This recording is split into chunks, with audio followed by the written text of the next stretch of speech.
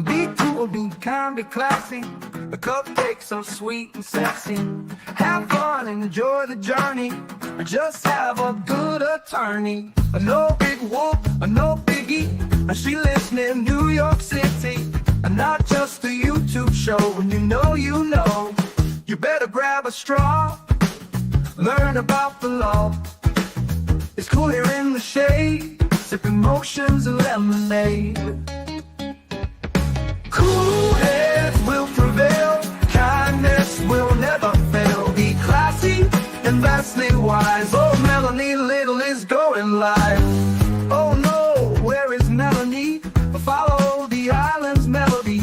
Is a concert within reach. No surprise, she's at Jones Beach. She heard some music far away. Captain Jack Stack Harbor Bay. He sings and his piano plays. Not all sounds are waterways. Speaking Yiddish and Latin, it's not just for Manhattan. It's for Goethe and Meshegas. Ridiculous that insanus. Oy vey, Marcus. Proset, that's for schmucks. Be cool, be kind, be classy. My cupcakes sweet and sassy. Not just a YouTube show. When you know, cool heads will prevail. Kindness will never fail. Be classy and vastly wise. Melanie Little is going live.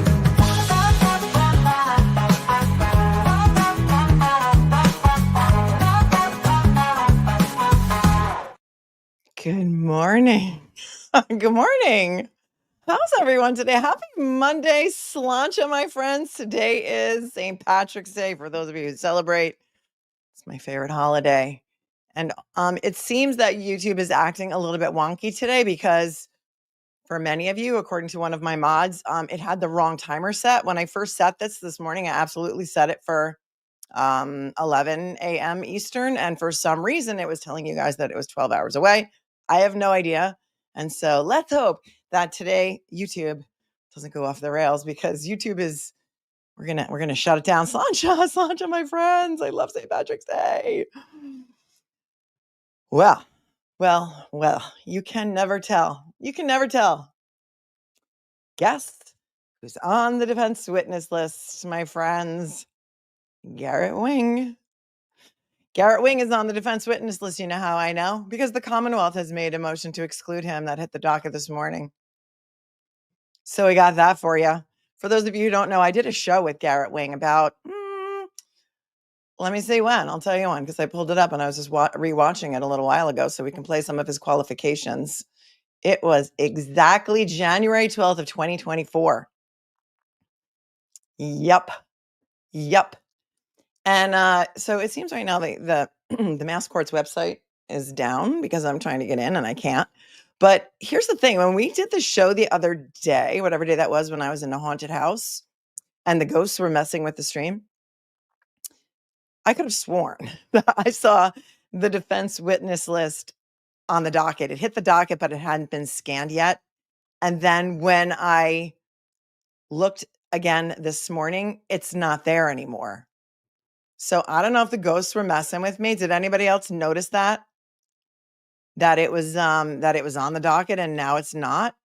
Unless it is again, but here's what's hit the docket already this morning. Some of this stuff has not been scanned in, but settle in, get a drink, get some coffee, get your green beer if that's what you're indulging in today, your Irish soda bread and all the things, because it may be a long day. We may be here for a long time because here are some things which hit the docket this morning that I do not think have been scanned in. There is a defense motion in limine to exclude the testimony of Commonwealth witness Dr. Judson Welcher, who I think is a accident reconstructionist, and a request for voir dire with an affidavit of Elizabeth Little in support. There is also a motion in limine to impound part of that motion. So that 604, the motion to impound Exhibit 1 of the Welcher motion has been granted. So maybe they're just redacting it before they upload it. I'm not sure. I'm sure I'll get a hold of it while we're here and we can talk about that. We also have the Commonwealth's motion in limine to exclude expert testimony of Garret Wing, which we're going to look at first because That's exciting. So many of you have said, why wouldn't the defense call Garret Wing? Why wouldn't the defense call Garret Wing? And when I originally interviewed him all the way back in January of 2024, I'll tell you why I interviewed him, what the impetus for that interview was and having him on my show. But it was my opinion that he would not be able to testify about the causation of the injuries to John's right arm because he's not a medical doctor. He's a canine dog trainer who's been doing this, in his family. His family's been doing it for 25 years. You're going to see who Garret Wing is in a minute. I'm going to show you, Scott. Don't worry. And it was my opinion that, well, he's not a medical doctor. Why would the judge allow him to opine as to the cause of injuries, right? And then we saw in the first trial, the judge precluded Dr. Rentschler, one of the crash daddies or the crush daddies, maybe, from testifying as to the cause of injuries to John O'Keefe's right arm. She wouldn't let Dr. Rentschler testify because he's not a medical doctor, right? So the defense hired Dr. Marie Russell, who is a medical doctor with over 30 years experience in emergency room medicine. And she's conducted, I think, hundreds, if not thousands of autopsies as a forensic pathologist. She also is a former police officer, and she also treated hundreds, did I say dog bites already? Hundreds or thousands of dog bites in ER patients, as well as she worked in a prison and she treated many prisoners for dog bite injuries because they were brought in by canine dogs, police dogs. They were taken down by police dogs. And so Dr. Russell was allowed to testify during the first trial. And now for the second trial, she has been subjected to 2 full days of voir dire to qualify her as an expert again. It was ridiculous. And then the Commonwealth exchanged Dr. James Crosby. He's not a medical doctor. He's a PhD in something called veterinary science that Dr. Russell said she's never heard of. And we saw that motion. We saw Robert Alessi argue that motion in open court. And he went on and on about methodology and, forensic odontology. And the Commonwealth is claiming that James Crosby went and found the real Chloe and they did a bite mold impression. And he's going to testify that the injuries to John O'Keefe's right arm, not only are they not dog bites, but even if they are, they weren't caused by Chloe.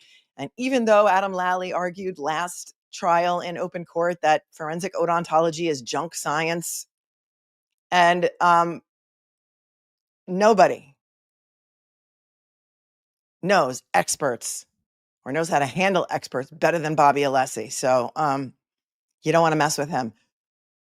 Not only was that motion denied, the motion to exclude James Crosby's testimony denied on the papers, She didn't even hold a Daubert hearing. And when she did rule on Dr. Russell, you remember her written decision said something like, well, it was a close call, but I'm going to allow it. Apparently, it's not even a close call with Crosby. Crosby's not a medical doctor. And she apparently now is overruling herself by saying, well, I guess maybe I was wrong in the first trial, and you don't need to be a medical doctor to opine about the cause of injuries to John's right arm or any injuries in that case, in which case, in my opinion, Rentschler should be able to come in and say these injuries were not caused by a car.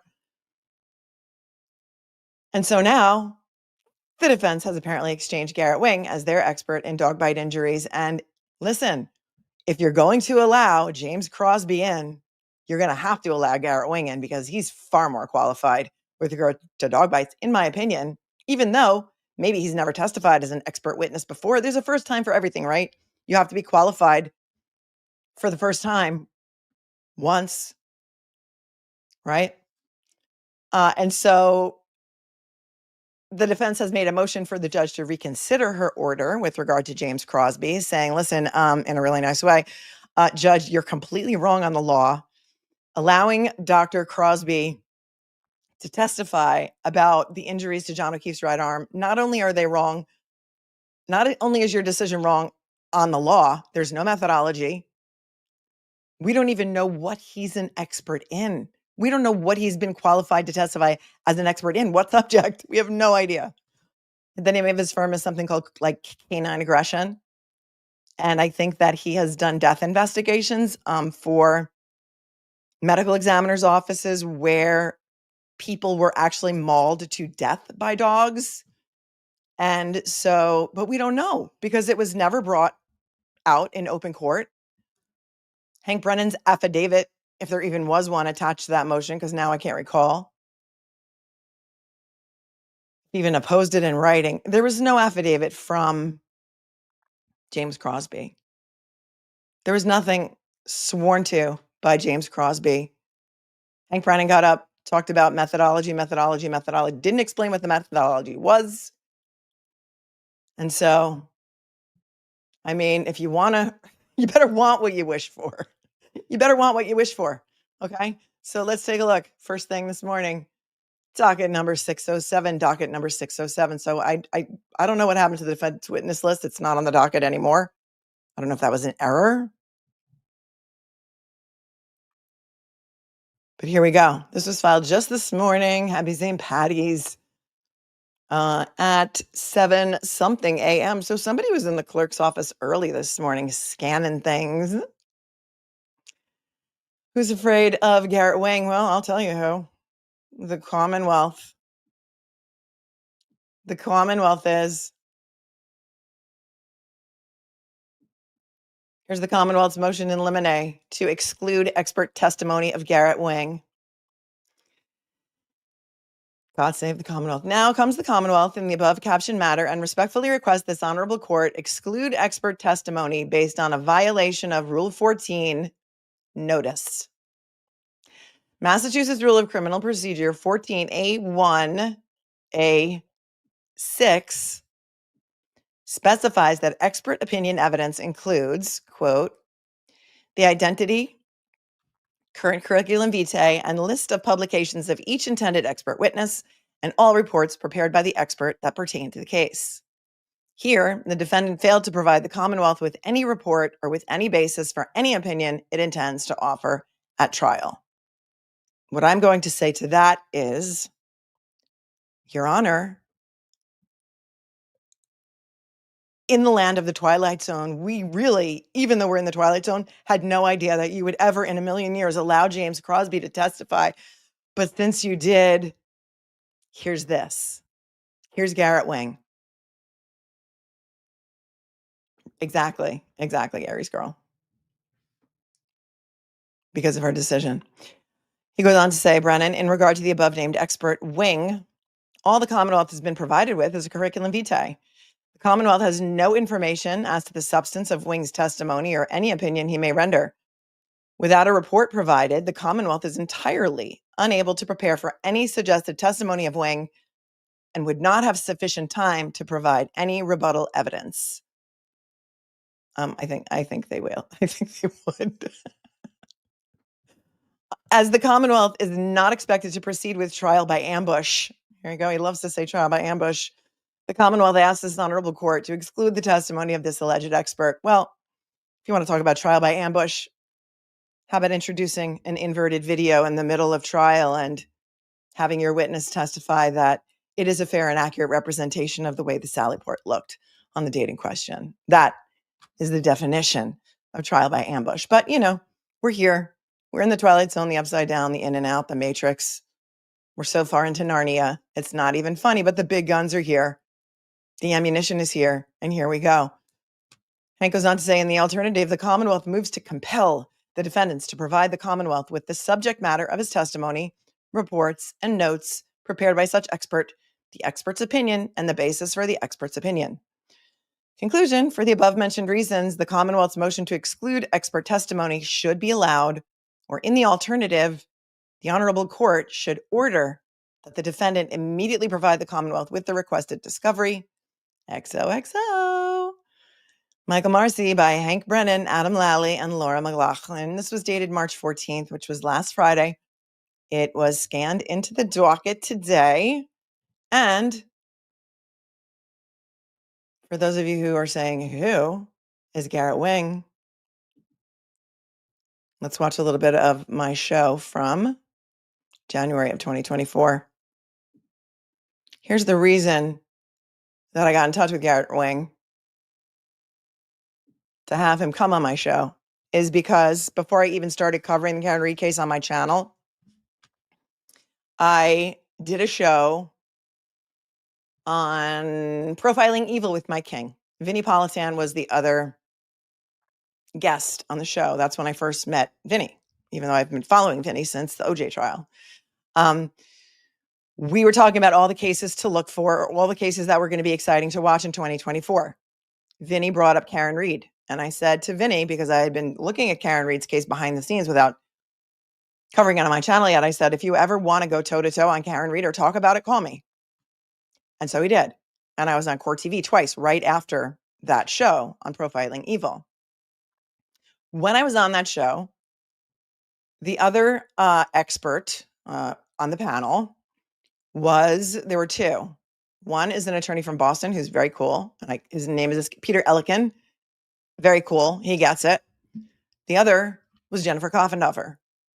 And we do not allow her name mentioned on this channel because she has come after me publicly and trashed me several times on the cesspool of Twitter. However, Jennifer Coffenduffer tried in only the way that she can to make me look like an absolute fool for saying that it was my opinion that the injuries to John O'Keefe's right arm came from an animal attack and that they did not come from being hit by a car, and that in my over 30 years of litigation experience as a practicing attorney in New York, handling hundreds, if not thousands of car accident cases, in my opinion, what stood out to me about the Karen Reed case is that John O'Keefe was not hit by a car, because the injuries to John O'Keefe's body do not line up with a pedestrian versus motor vehicle accident. They just don't. They just don't. And so after she did that to me twice, or maybe it was even after the first time, I said, am I crazy? Because I thought maybe I was being gaslit. Maybe I was crazy. Let me find a dog bite expert who knows about dog bites to prove to me that I'm not crazy. So one of my amazing moderators pointed me in the direction of Garret Wing. He's got a YouTube channel. He's got, like, at the time we did this interview, he had 1.7 million subs, and now he's got 2.2. So good on him. Here is just the Probably my show. This was where I asked him to tell us a little bit about his background that way. This is Okay, before, so- I'm going to give you the screen. This is before I discovered the blackout shades and I had the sun in my eyes, but let's full screen him and he's going to tell us about his background. And apparently the Commonwealth has his curriculum vitae. That's all they have. They're afraid of it. So for those of you who are new to Garret Wing, I think he also did a video on his channel about Karen Reed on his own a while after this. Here is his background. I'll let him tell you about his background. Here we go. I can pretty much guarantee I've seen more dog bites than most any medical examiner. And I would say that because people don't often die from dog bites. Very rare, even police dog bites, which can be very serious and very gruesome. So I don't think medical examiners get to see a lot of dog bites on dead bodies. It just doesn't happen. Now, we're talking about gunshot wounds, and I'd be a little bit out of my league there. But when it comes to dog bites, I can't even tell you how many I have seen. We're talking dog bites on humans, whether it's on a suspect, or we get a lot of what we call accidental dog bites in training. When you're training and working with police dogs, you play with fire, sometimes you get burned. But to kind of set the stage with my background, my father was a police canine handler since 1981 with the City of Miami Police Department. I was born in 1983. And so when you are born into a home of a police canine handler, the dog is like your pet dog. It's there 24/7. So I grew up with police dogs. My father had 5 dogs in his career. And obviously I lived with my father the entirety of my childhood. So not only we would have one police dog in the house, but anytime that first police dog would retire, then we would replace it with the next police dog. And so we typically would have one retired and one active police dog in the house at all times. And again, just to give you more of my background in it, because when you're in police canine work, it's not just a job, it becomes a lifestyle because you bring the dog home with you, as I said earlier. And so I would go often with my father to police canine demos, bring your kid to work day. And my first experience actually taking a bite from a police dog on a sleeve was at the age of 8 years old. I took a bite from what was at the time my family pet, but was actually my dad's police dog. We were doing a demo for some kindergartners, and he said, "Hey, Garrett, my partner didn't show up today, and we want to put on a good show for the kids. Could do me a favor, put the sleeve on and go hide in the bushes." And I was actually like a little freaked out because I'd never done it before. And I told him, "Hey, Dad, I haven't taken a bite before." But having been in the game so long, my father was actually a little taken aback. He's like, "What do you mean you haven't taken a bite yet? Of course I've taught you how to take a bite from a police dog." I'm like, "No, not yet." He goes, "Well, today's your day." So that was the first time I took a police dog bite at 8 years old. And fast forward to when I was 16 years old, I started doing police ride-alongs with my father in the city of Miami. We're talking like late 90s. And late 90s city of Miami is very, very action-packed. A lot of crime going on, a lot of action in the city. And so our very first night out, working midnight shift in some of the rough areas of Miami, obviously, Overtown, Model City.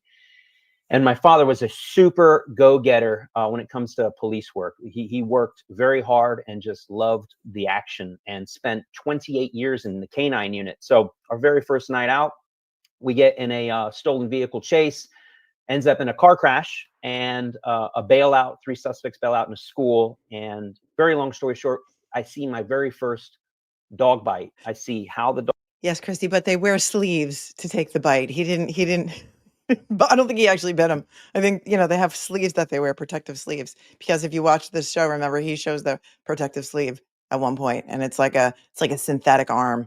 Dog tracks the suspect, locates him, and we get a dog bite at the age of 16 years old is when I see my first one. So not typical for a 16-year-old to be seeing that type of action, but I was hooked, needless to say, from that point forward. And I already knew I wanted to go into police work, but that kind of sealed the deal for me right there.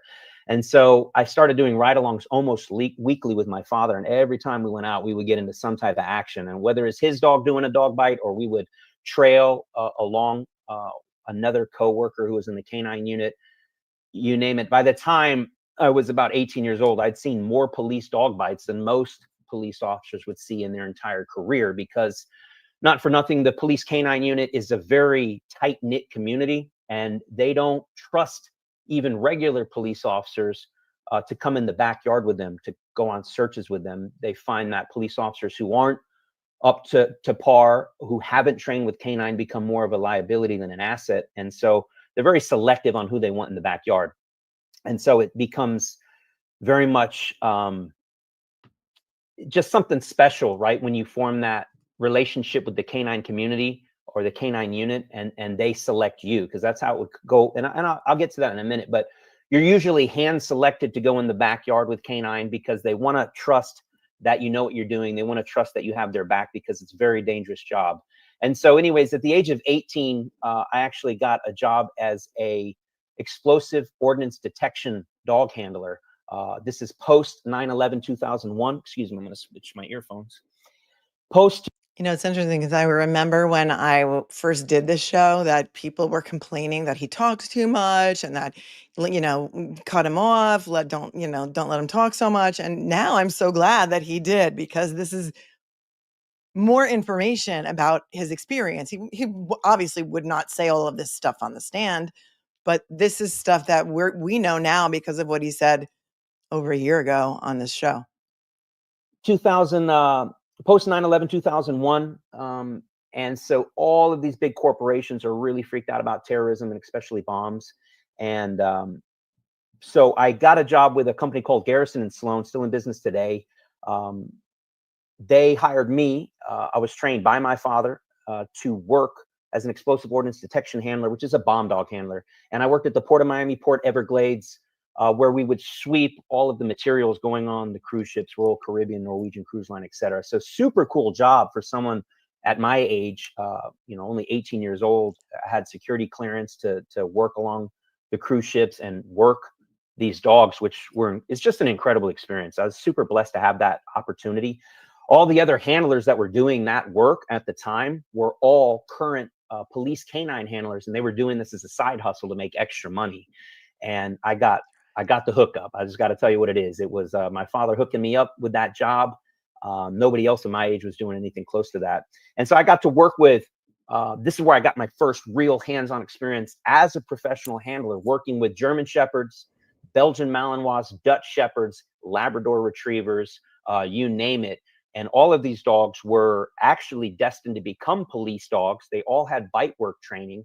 They were just standing by, waiting for their opportunity to be picked up by a police agency, because that's what we would do back then. Is we would all police agencies would typically buy 2- and 3-year-old dogs that were imported from Europe, and that's the dogs I was working. So all of these dogs were fully trained. I didn't do bite work back then. I just strictly focused on trying to find explosives, but got very good at that. Did that for a couple of years before I started putting in my application in to get hired as a police officer. I get hired with the City of Miami Police Department, which happens to be the same agency that, again, my father had been working for already for a couple of decades. My mother was working for. She put in about 25 years with the City of Miami Police Department. Also, my stepfather and my stepmother all worked for that same agency. So I was the 5th wing to be hired with that agency. And fast track, you already know where I'm going with this. My whole purpose of becoming a police officer was to get in the canine unit. And you have to put in 2 years minimum with our agency to be considered for a specialized unit such as canine. And wouldn't you know, 2 years, as soon as the window opened, I put in my application and got accepted. And was in the canine unit, which was really cool because at that time my father was in the canine unit, my stepmother was in the canine unit, and I was. And so that is completely unheard of. I've never heard of that ever happening, having 3 people from the same family in the same unit. That's crazy, right? His father, his stepmother, and he were all in the canine unit at the same time. That's pretty cool. And again, just kind of bigger picture, my entire life growing up revolved around, like, our family vacations were going to police canine events. So my father competed in the United States Police Canine Association competition since before I can remember. And we would go to things called the Pig Bowl, which was something they don't do anymore, but the county would compete with the city, and it was all the police officers would do a football tournament, if you will. I didn't care about the football. What I cared about was the halftime show. The halftime shows were amazing back when the Orange Bowl existed in Miami. So what would happen is they'd bring in the helicopters, the dogs would rappel, the SWAT team, flashbangs going off, and of course, dog bite after dog bite after dog bite. And I was, to this day, I always find it amazing to attend those types of dog demos, those canine demos, and seeing the dogs work. But that's really my background, if you will. I was in the police canine unit with the City of Miami at the age of about 22, 23 years old. Eventually became promoted to sergeant. And at that time, there was some turmoil in the canine unit, a lot of turmoil. It went through a couple of iterations, different leadership. And again, long story short, I got hand selected to come in during kind of a rough time in the canine unit's history, where they completely cleared out all of the supervisors and the lieutenant, and they brought in a new lieutenant. They brought in me as the senior supervisor, and we had to kind of clean house. The unit had kind of been run into the ground. And they brought me in to remake the unit, and remake the unit we did. And we really, I mean, one of the best times of my life was when I got to come back as a supervisor of the unit that my father had been a part of for almost 3 decades, that I had been a part of. And now I got to make it my own. I was the senior supervisor in charge of all of the training. And man, I really feel like we took that unit to the next level. And I eventually get promoted to lieutenant. And long story short, I was no longer in the canine unit, but I had to get my fix. And I got my fix by starting a couple of companies specializing in, well, the company was American Overwatch Canine Services, and we specialized in, that was my first venture outside of police work, where we would travel the country, and our mission was to make police canine handlers and their dogs just be better at their jobs, make sure that they did the best that they could, because it's a super high liability unit. And one of the specialties that we would teach is high risk, excuse me, getting interrupted by a phone call. Always. As always, always, but high risk tracking for armed and violent offenders. And that was our specialty. And we also would do a street worthy class, which was, guess what? The focus of that class was just to get dogs to basically engage and be tougher and bite harder on the street. And so that's just a little sprinkling of my background. And now we actually specialize in pet dog training. Of all the stuff my background is, the money happens to be, we say for every police dog that needs training, there's about 10,000 civilians or pet dogs that need training. And so that's what we specialize in now. And so that is Garret Wing. He did talk a little bit at the end of the show about, let me just stop that for a second. Maybe I can find the exact part, because I saw a comment fly by where someone said dog bites are punctures. And that's actually a question that he answered at the end of the show. Let me see if I can just find it quickly for you. Because his answer to that is no, they're not punctures, actually. Hang on.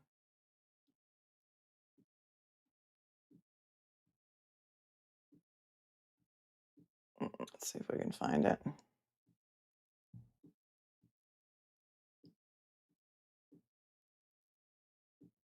So for those of you who are just joining, the Commonwealth has made a motion to exclude the expert testimony of Garret Wing. Apparently he's on the Garret Wing. Garret Wing is on the defense witness list. We don't have the defense witness list yet, but we know he's on there because the Commonwealth has already made a motion to exclude his testimony, because they're saying it's a violation of Rule 14. They don't have a report from him. All they have is his curriculum vitae. And when he came on my show in January of 2024, he talked about his background. So I just played his background so that you guys could get an idea of what his background is, about what his expertise is. And hopefully I will be able to find that at some point, so we can get back to it when I do. Let us take a look at the chat before we move on to some of the other motions that were filed today. Andrea says that St. Patty's with a D, not St. Patty's. Yep. Thank you, Andrea. I agree with you. I too am Irish. And I know that you live in Ireland. So Sláinte, my friend, happy St. Patty's on top. Thank you for your super sticker. Idiot Win, thank you for your super sticker. Thank you so very much.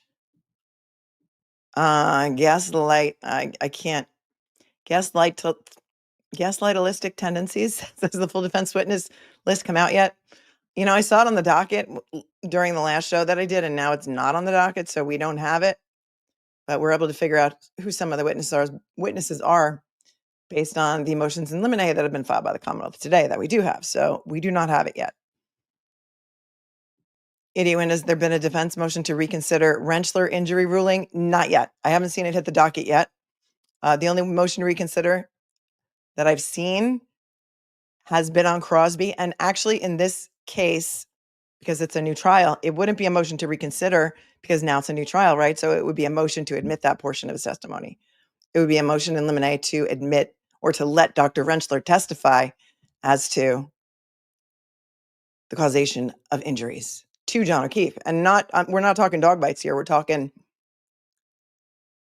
the rest of the injuries to his body, in opining that those injuries did not come from a pedestrian versus Lexus motor vehicle accident, and neither did the damage to the car come from being struck by a pedestrian. So that's that. Victoria's, thank you. It's a standard practice for the prosecution to move to keep every expert out. In this case, it is. In this case, it is. If they wanted to get to the truth, they would just allow all of these experts to testify, and especially the qualified ones, not fight about it and let the jury decide, because the jury is the finder of fact. And so why don't we just let the jury decide which experts to believe? But that is not Hank Brennan's custom and practice in this case. So that's where we're at right now. Darlene says, as a dog handler and trainer, I would think Garret could speak to the aggressive behavior of certain dogs. He could. But again, I don't think that the defense is saying that it was 100% Chloe. They're just saying it was a dog attack. Right? But I agree. And he did. Actually, I'm going to link this show to the show notes. He does talk a lot about German Shepherds, and he talks about a lot, because I asked him specifically about German Shepherds. And I don't know if it's ever been shown that Chloe was a canine washout. I don't know that there's ever been any real evidence of that, but he did opine that as a canine washout, the dog may behave in this kind of way. And also he said that canine dogs are typically male. So it's very unusual for a female dog to be a canine trainee. Not unheard of, but unusual. So thank you for that, Darlene. Glazing confused. I'm so obsessed with him, not in a restraining order kind of way. Love him. Thank you. His channel talks a lot about how to train your own dog. And he also does, I think, personalized dog training too. Southern Mom says the defense is jealous that their witnesses are not as cool and interesting to listen to as the defense team's list. I hope Mr. Wing gets to testify. Well, look, if Crosby's going to be able to testify, this is a no-brainer, right? They didn't even need a hearing on Crosby, and they didn't even really need to say what Crosby is an expert in. So there's that. Would you be invested at some point in the future in looking at Betero, John Juca appeal and journey? Interested, you mean? Perhaps this case is taking up a lot of my time, and it will be for the next foreseeable future. But I'm always open to suggestions, so we'll see. Thank you so much. I know many of you have heard Mark Betero speak about it, and I know that Mark Betero was on the Young Jerks last night, and so many of you were there watching. So he's been speaking out as much as he can now that he's been refused admission pro hoc vice to be on Karen's defense team. On top, Irish, she is. Yes. Lori Lake is Irish in spirit. Thanks for tuning in from Canada, Lori, and for you super chat. BG, thanks for the super sticker. Pro Gamer, thank you so much for your super chat for the 50. Hello from Brussels. More and more outrageous. After outrageous is extra outrageous. Mega incredulous outrageous. I lived in Massachusetts in 79 to 86. Seriously tempted to go back to Boston and join the revolutionaries. Is it the end of the dream of democracy? Well, I think a lot of people feel that way. You can let us know, Pro Gamer, when you lived in Massachusetts from 79 to 86, if you were aware of any corruption going on in law enforcement, because from what my viewers who live in the area tell me, this has been going on for decades and decades and decades. Thank you so much for your very, very generous super chat all the way from Brussels. The world is watching, you guys. The world is watching. You know it is. Christina, thank you so much for becoming a member. And Mr. Monk's understudy, welcome.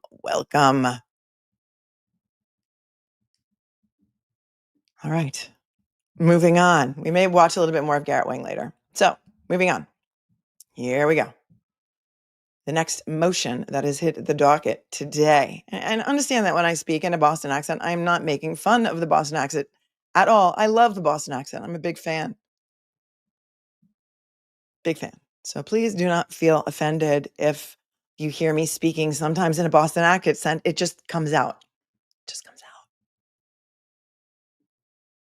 All right, so let's look at the other Commonwealth motion, which is docket number. Oops. It has to stop. I think what we will do first, since we are going in order here,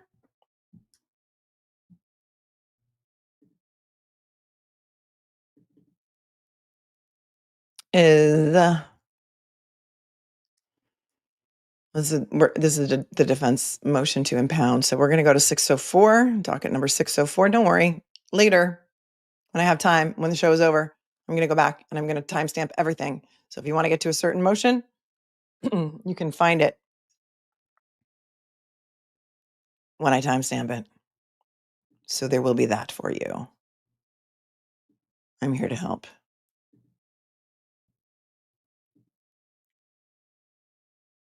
Okay, docket number 604, docket number 604.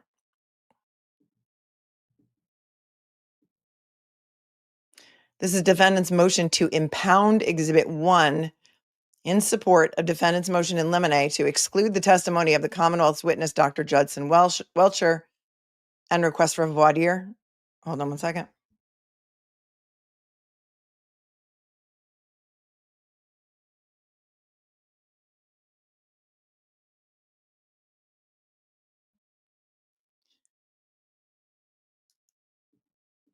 And in this motion, the defense is asking that the court impound Exhibit 1 in support of its motion in limine to exclude the testimony of Commonwealth witness Dr. Judson Welcher and request for voir dire. Good cause exists for the impoundment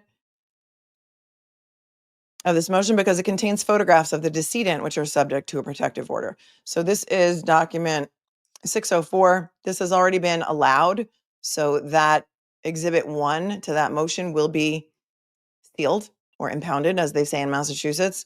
And I do not yet have a copy of the actual motion, so I don't know if they're waiting. I don't know if they're waiting until it's redacted to scan it. I don't know. I don't have it. As soon as I have it, we'll take a look at it. Next up is docket number 608. Docket number 608, and this is the Commonwealth's motion in limine to exclude the defense expert Michael Easter's opinion of the investigation.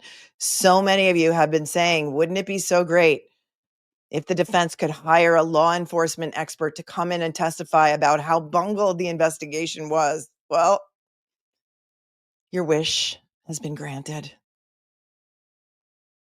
Your wish has been granted. This is docket number 608. Docket number 608.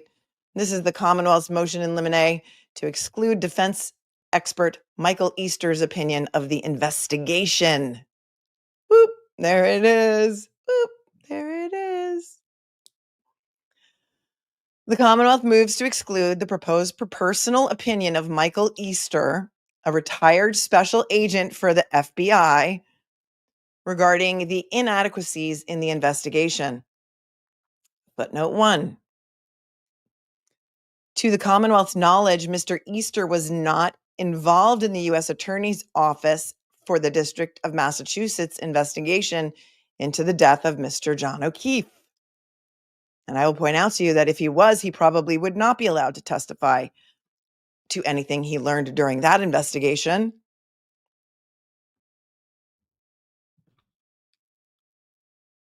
The Commonwealth does not dispute that Mr. Easter is qualified to render an opinion regarding cell site and cell tower location information. Okay, there it is. We know now that that's going to be part of his opinion, is cell site and cell tower location information. However, Mr. Easter is not qualified to render his opinion about any alleged inadequacies in the police investigation.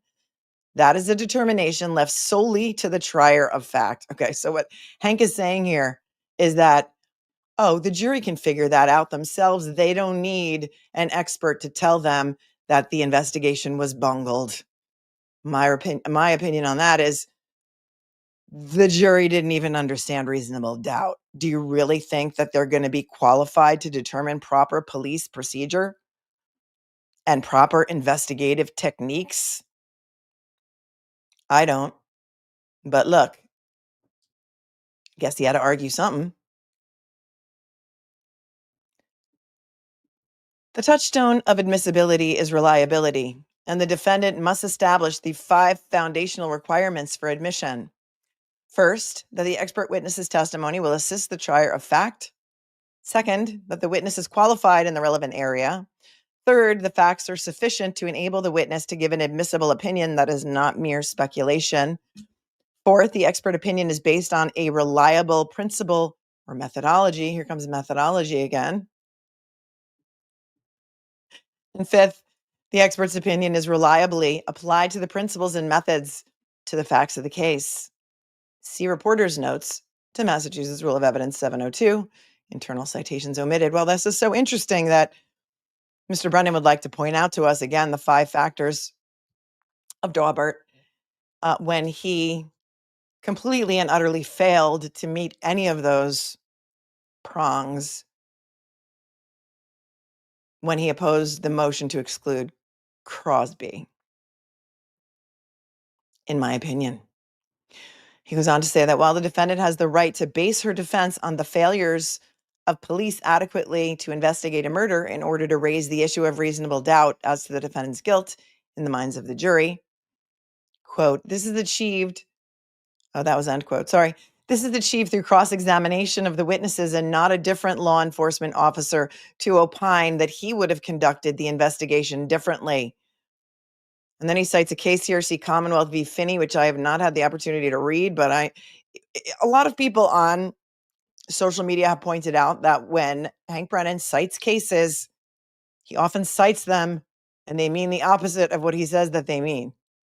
And there are people who do that on Twitter, like Lana Del Turtle and Olivia Nile. If you don't, or Olivia Lambo on Twitter, if you don't follow if you choose to participate in Twitter, and I know that the majority of my audience are not on Twitter at all, but if you do, they both are very, very good at explaining or pointing out the case law and pointing out how Hank Brennan completely misstates the case law for what it is intended to show. And if I have time, I will go read that case and point it out myself, but they'd get it done a lot more faster than I do. He says that Commonwealth v. Finney stands for stands for the proposition that police reports detailing the incriminating words and conduct of another suspect would be admissible to show that the police were on notice of the suspect but failed to investigate his possible involvement in the murder. Well, that's kind of interesting because how many suspects in this investigation were completely not investigated? No other suspects were investigated in this investigation. Absolutely zero, despite the fact that 3 days after John O'Keefe was murdered, the witness Steve Scanlon allegedly called David Yannetti and told him that his sources told him that John O'Keefe was beat up in the house and that after he passed out, he smashed his head on something and then he was convulsing and vomiting. And then they didn't know what to do. And his body was brought outside and put in the snow. And that was before anything about John O'Keefe's injuries were known to the public.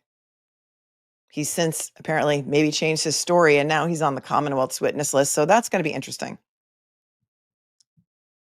But despite all of that, nobody else was ever even considered a suspect in this case. You heard Michael Proctor testify that within 16 hours, he was convinced it was Karen Reed who did it, and he was going to pin it on the girl. So that's an interesting case for them to cite. That's why I'd like to also go read that case. Commonwealth v. Finney, Phinney. A defendant does not have an unfettered right to elicit evidence regarding the adequacy of the police investigation. The admissibility of such evidence hinges first and foremost on its relevance. Well, do you think it's relevant that the crime scene was left unsecured for, I don't know, from, let's say, a little before 8 a.m. until 5-something p.m., at least 9 hours, while another, 18 inches of snow fell? Do you think that that's relevant? Do you think it's relevant that no crime scene tape was used? Do you think it's relevant that no photographs were taken of the scene? Do you think it's relevant that no evidence markers were ever placed? Do you think it's relevant? There's so many things that are so relevant here that, again, this is another dumb case for him to cite. Commonwealth v. Moore. And then he says, relevant evidence means evidence having any tendency to make a consequential fact more or less probable and provide a link in the chain of proof. Well, there's no link in the chain of custody here. And so the fact that the crime scene was left unsecured for over 8 hours and Canton PD thoroughly searched for evidence. I mean, they found a clear portion of a cocktail glass in the white snow that they used to blow away with a leaf blower that Sergeant Good shot home to his house and shot back in. They found a couple of drops of blood that they put in solo cups that they obtained from the across the street neighbor, Tom Kelleher, who happened to be, what was he, the acting chief of police or the something of the Canton PD? He was an employee of the Canton PD. And yet he never came out of his house either, even though it was his guys that were first on the scene.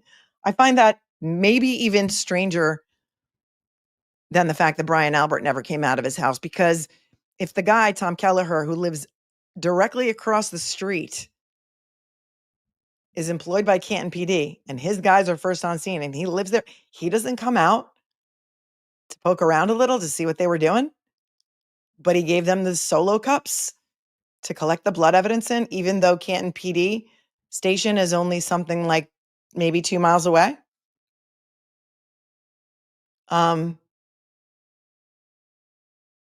So does it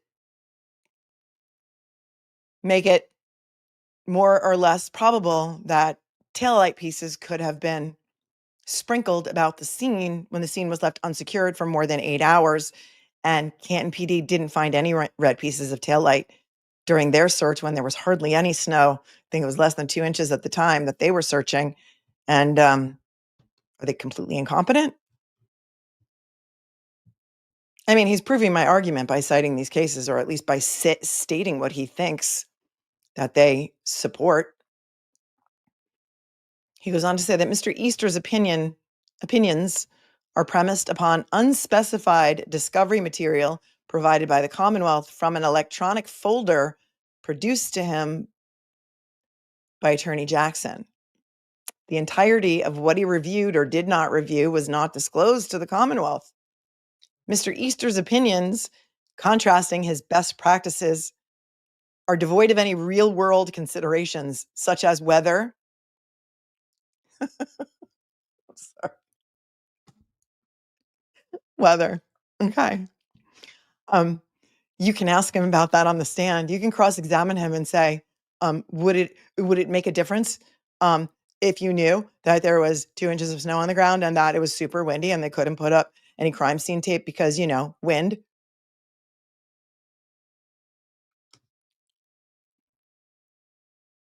And without consideration of the physical evidence, the defendant's many statements, the vehicle data, the fact that the witnesses have testified under oath in many situations, 3 times, yes, they have, the federal grand jury, the state grand jury, and the trial. And they've also given several statements that were taken down by police officers, none of which were recorded, signed, or sworn to. But I'm pretty sure he was probably provided with all of that, and if he wasn't, well, it doesn't mean that your police investigation didn't suck. Because let's face it, the only people that were spoken to before Karen Reed was indicted on February, I think it was February 2nd,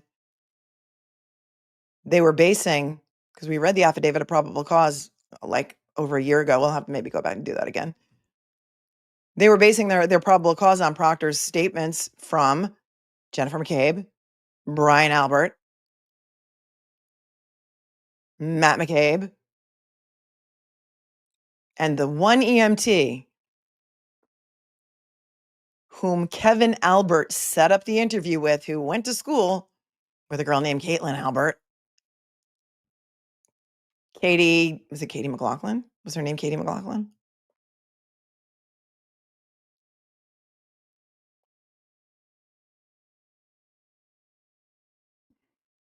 Moving on.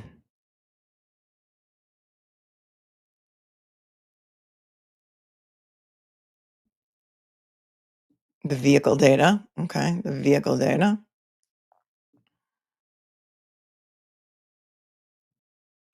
And an understanding that it was a grand jury of citizens who charged and indicted the defendant. Well, I'm pretty sure that a retired FBI agent, is he an agent?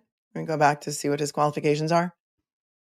A retired special agent for the FBI. I'm pretty sure that he understands what a grand jury is and that a grand jury indictment is necessary. I'm pretty sure. Further, while qualified to render an opinion of CSLI location information, there's no inclination that Mr. Easter has the training and experience in investigating homicides, particularly in the first few critical days of his investigation. Well, there really was only one day of the investigation, right? Because what did they do in the next 2 days before Karen Reed was arraigned on February 2nd, 2222? Oh, I remember what happened. Proctor got a text message from his sister who said, I was talking to Julie Albert, and she says that when this is all over, she wants to get you a gift. And then Proctor wrote back to his sister, oh, tell her to get one for my wife instead. Yeah, that was there. Maybe he should be provided with that. That would be great information for him to have, don't you think?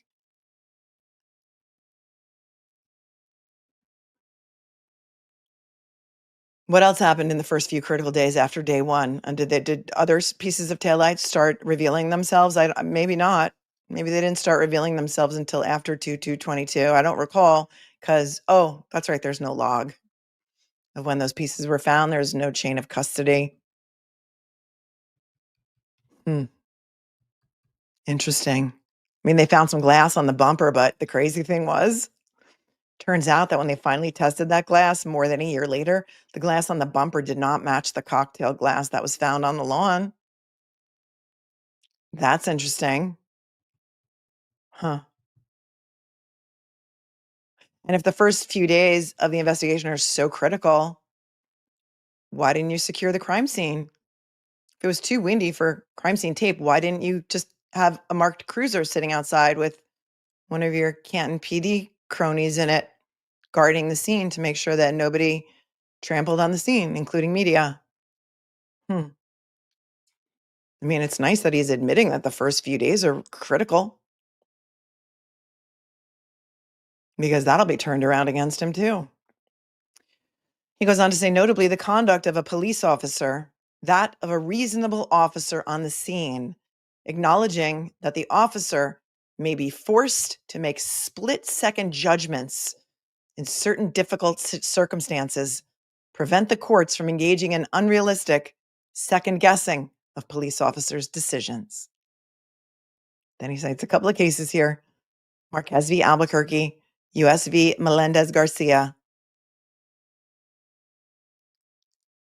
And then in parens, it says, in allegations of excessive force, expert testimony was irrelevant and unfairly prejudicial, where the fact that someone with the opportunity to prepare an expert report at leisure opines that well-trained officers would have performed differently under pressure. Well,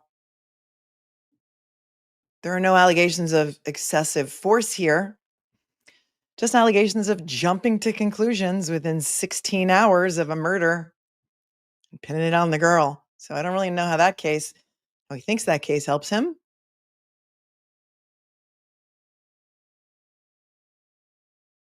Unrealistic second guessing of police officers' decisions. Good luck with that. He goes on to say, Mr. Easter's report also seems to suggest that the defense is attempting to backdoor third-party culprit into a Bowden defense. Well, here's the thing. A Bowden defense, for those of you who don't know, it's a Massachusetts case, Bowden, is a defense that says the investigation sucked. The investigation sucked. We should be allowed to show that the investigation sucked. And therefore, there's so much reasonable doubt here that there's no way in hell that you could find our client guilty. And so they're two different things. While often confused with each other, third-party culprit and Bowden defenses are logically and legally different. Well, yeah, that's what I just said. Quoting Commonwealth v. Silva and Commonwealth v. Sin, third-party culprit evidence is used to suggest that someone else committed the crime. Well, here's the thing also, Hank, is you made a motion to exclude a third-party culprit defense, but it hasn't been ruled on yet. So how can they be accused of trying to backdoor anything when there's been no ruling on the third-party culprit defense motion yet? So-called Bowden evidence is used to suggest that the evidence at trial may be inadequate or unreliable because the police failed to conduct the scientific tests or to pursue leads that a reasonable police investigation would have conducted or investigated, and these tests or investigation reasonably may have led to significant evidence of the defendant's guilt or innocence. Yeah, well, here's the thing. Perhaps this expert is going to say, yes, in a real investigation, the fact that a Boston police officer was found murdered on the lawn of another Boston police officer may have been grounds for a search warrant to go inside and search the home, or at least to go inside and ask to look around, or to go inside and stay there. And if they said, no, you need a warrant, to wait for the warrant. At the very least, to go inside to make sure that everyone else in the house was okay, considering that there was a murdered man found on the front lawn. He was just not passed out in the snow, as Jennifer McCabe told the 911 operator.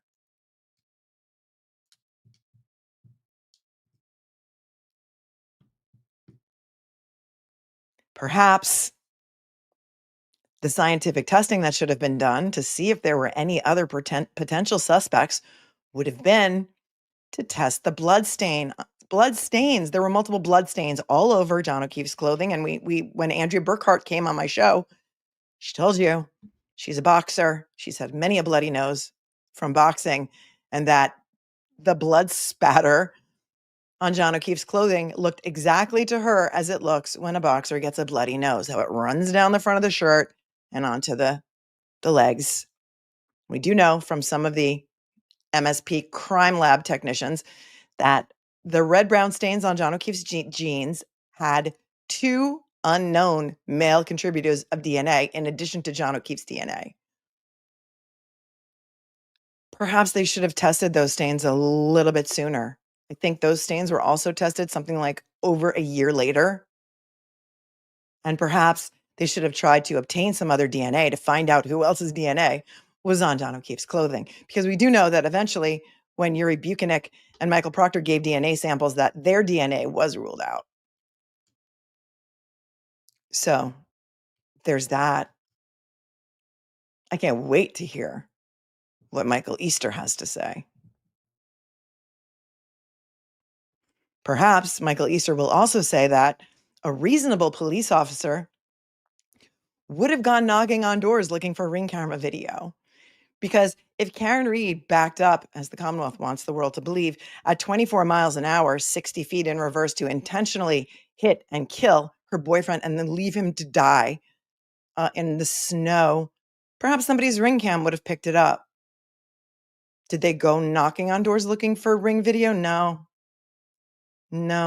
Apparently, though, they did ask Tom Kelleher, the guy I told you about before, who was employed by Canton PD, if his ring footage showed anything, and he just said, yeah, nothing interesting.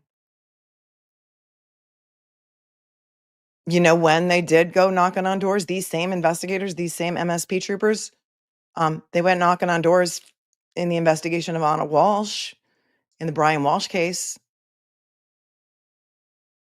to look for ring video when Anna Walsh was missing. I mean, they knew how to do that investigation. They also knew how to do the investigation of the death of Katie McLean, for which Dr. Harry Turk is going to be tried starting next week in the same courthouse. They knew how to do that investigation. But all of a sudden, they're investigating the death of a fellow brother in blue, and they just forget procedure. They forget how to do stuff. And so the jury's going to have to decide, was this intentional or are they just incompetent?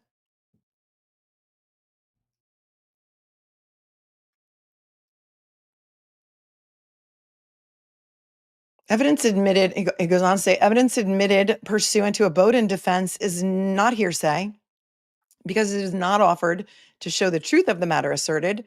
If the defendant intends to offer evidence that police knew of an alternative suspect and failed to take reasonable steps to investigate, the information may be admitted simply to show that information was provided to police and not adequately investigated. Well, here's the thing also. Karen Reed is on video and audio telling Yuri Buchanan, we're all in on the same joke, right? My taillight was cracked and John was pulverized. Colin and Brian beat him up in the house. That was in June of 2022 when her charges were upgraded to murder because she didn't take a deal. Did they investigate what she told them then? No, not to my knowledge. Were they ever investigated? Not to my knowledge. He goes on to say, however, this does not mean that defense counsel may always be able to admit third-party culprit evidence as part of a Bowdoin defense, even when it would otherwise not be admissible under a third-party culprit defense. Quote, in contrast to third-party culprit defense where evidence may be admitted regardless of whether the police knew of the suspect, third-party culprit information is admissible under a Bowdoin defense only if the police had learned of it during the investigation and failed reasonably to act on the information. I mean, I don't know, you're kind of proving the defense's theory here by all of these cases that you're citing. Furthermore, unlike third-party culprit evidence, there's no constitutional right to present a boat in defense. Oh, okay. Yeah, you know why? Because it's so obvious that it shouldn't have to be in the Constitution. The defendant's entitled to a fair trial. That is in the Constitution, by the way. And a fair trial would obviously mean being able to point out all of the suckiness, for lack of a better word that I can think of right now, in the investigation of a murdered Boston police officer or any citizen of the United States of America. The defense's speculative claims, bolstered only by unreliable innuendos or a difference of opinion that serves to critique 3 years after the fact, investigative steps taken by law enforcement, do not rise to sufficient probative weight that exceeds the risk of unfair prejudice to the Commonwealth and would confuse the jury by diverting their attention to collateral matters. Well, the investigation is the entire matter. That's not a collateral matter. Do we need to look up the definition of collateral?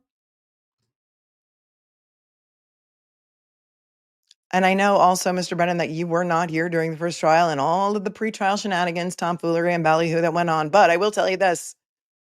The defense made a motion to dismiss the indictments based on all of the bogus information provided to the grand jury for the indictment of Karen Reed. All of it. All of the stuff that Proctor lied about having any personal ties to anybody involved in this investigation. So this is not 3 years after the fact. This is not unreliable innuendo or a difference of opinion that serves to critique. This stuff has been out there in public court documents. I know because I read them all, even on this channel, that were contained in, but not limited to, the motion to dismiss the indictments for improper information that was told to the grand jury, presented to the grand jury. In the motion to disqualify District Attorney Michael Morrissey for his blatant bias, among other things. And in the motion for the judge to recuse herself. There were 3 major motions, and all of them had a lot of this information in it. So I'm sorry you weren't here, but that's no excuse for not reading at least the court record. Maybe watch the trial.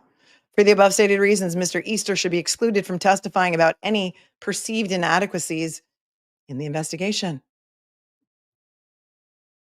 XOXO. Michael Marcy, Hank Brennan, Adam Lally, and Laura. Let's go to the chat. Back to the chat.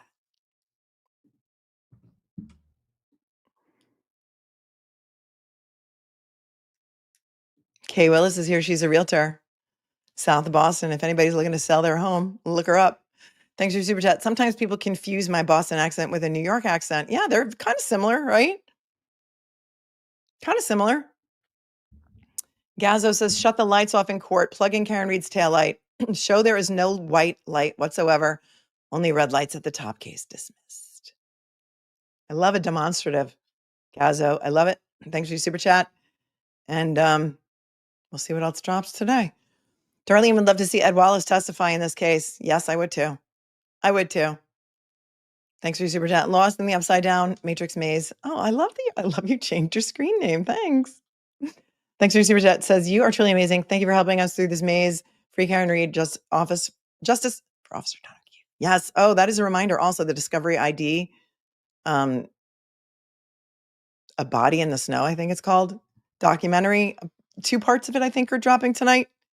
I know that Glare is doing a 12-hour fundraiser for Karen Reed. So if he figured out how to set up the redirect on his end, which I told him to do earlier so that I could teleport you all over there when we're done here. Maybe one of the mods can help him with that because he doesn't know how to do it. I tried to set it up and he doesn't allow redirects. I think he's going to do also a live viewing of that documentary. Hang on one second.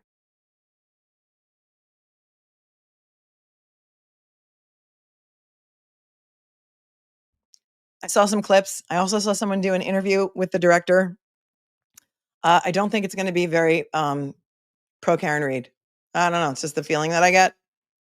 But that does start tonight. If you want to watch it, I think it's on Discovery ID. Perhaps. Cannoni's disproportionate disdain, says Brennan in a whiny voice while stomping feet. Your Honor, this witness would tank the Commonwealth's sham case even further. You can't let him in. Thanks. Thanks for super chat. Molly Biddy says, thank you for all you do. Love that you call our national holiday patties. Of course, it's with a D. We know that. Happy St. Patrick's to all from Kilkenny. Oh, happy to be off to work to watch. Thanks, Molly. Sweet Molly Malone. Adam Lally,'s resignation is here. Hi, Bo. A retired cop said that Brian Albert's home could have been used as a command center, yet he hid inside instead. Yes, I did see that too. He hid inside, and didn't they set up their command post from somebody's vehicle outside? Dirty Hanky, thank you. Thanking me. Thank you. Thank you so much for thanking me and for your super chat. I appreciate you. Fire on Acid, did Karen Reed ever have an interview / interrogation? The only one that she had was when Buchanan and Proctor went to Dighton and they spoke to her there when they seized her phone and car. And they did write down some things that she said. It was not recorded. It was not signed. You know whose interview was recorded? Brian Walsh's 3 different times.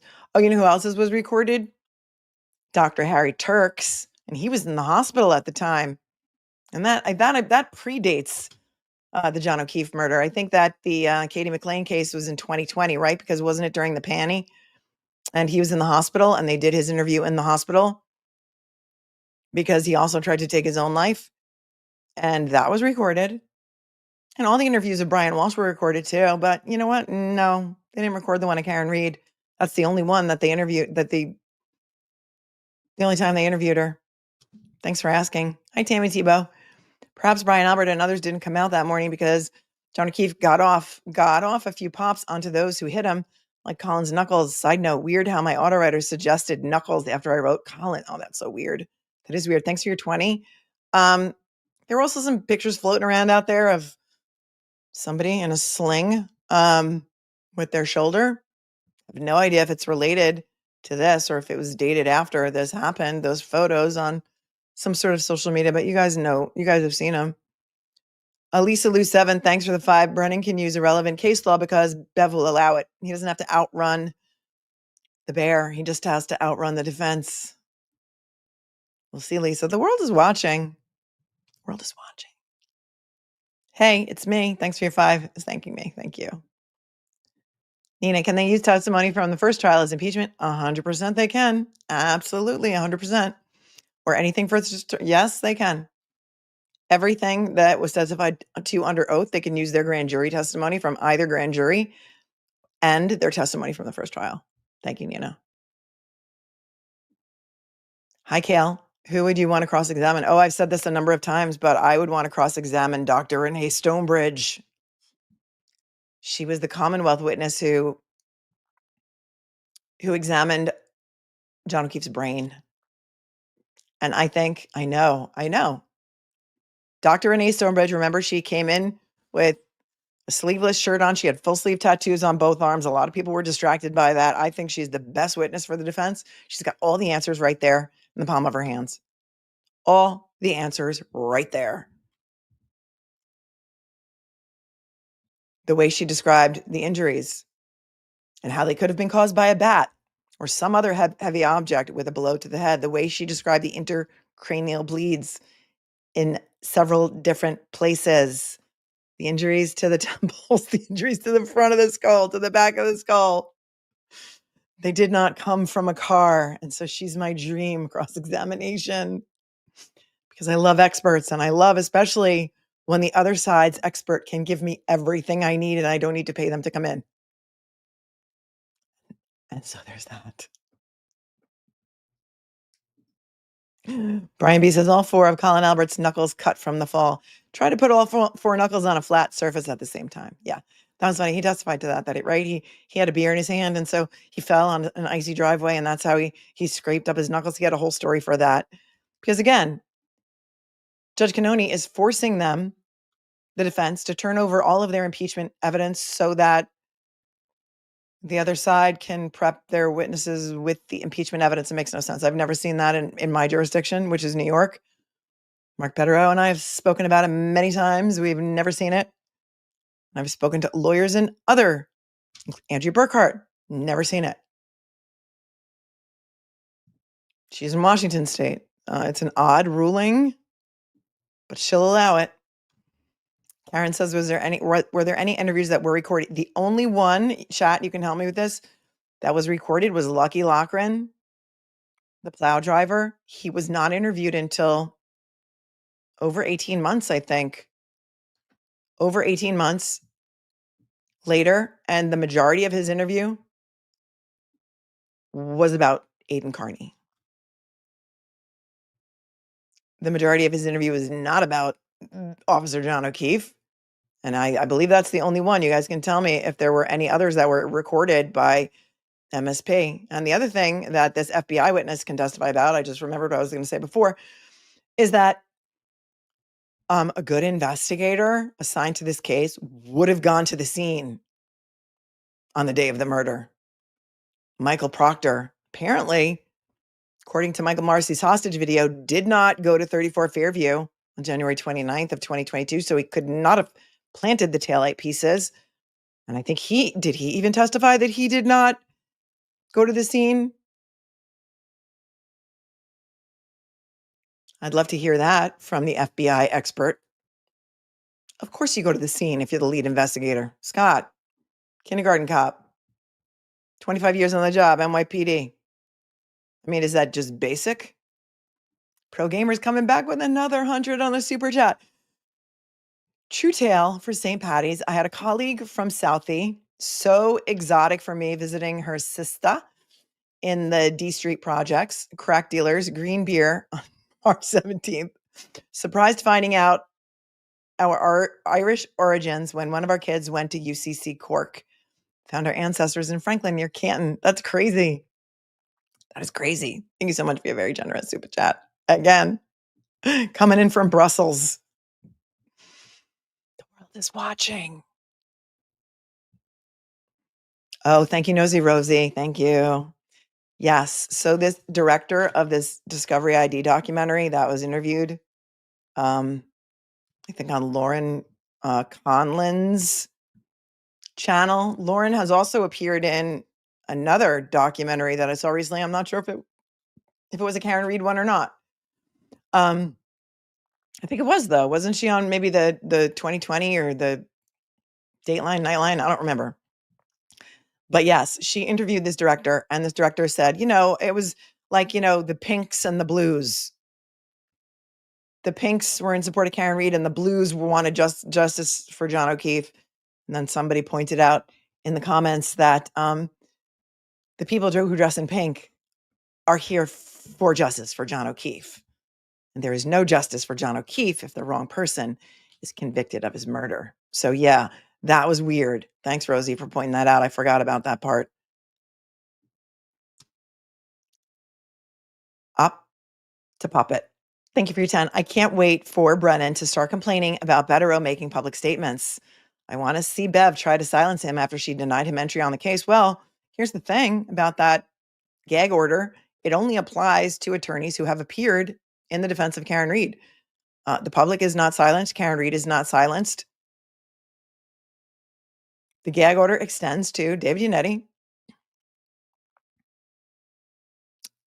Alan Jackson, Elizabeth Little. I would argue also Tanis Yannetti, because she did come to court one day.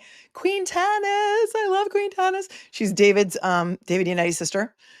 And Robert Alessi and Marty Weinberg, any of the appellate attorneys.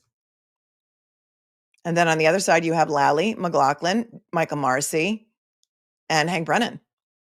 So, I mean, Betterow's not a subject to that gag order, and he can whine all he wants, just like he whined about, well, I don't really mind if you admit Mark Betterow. I mean, I have nothing against it. I'm not opposing it, but I have some concerns. And then he got up and he laid out his concerns, none of which were on paper, in which he made some pretty serious allegations and accusations against Mark Betterow. And he's pissed about it, and I would be too. How dare you in open court get up in front of a worldwide audience and start attacking my ethics? He has never had any ethical issues during his entire career. I think he said he was admitted, Mark Betterow, to the bar in 1999. And that was a reckless, defamatory, if it was made in a different setting,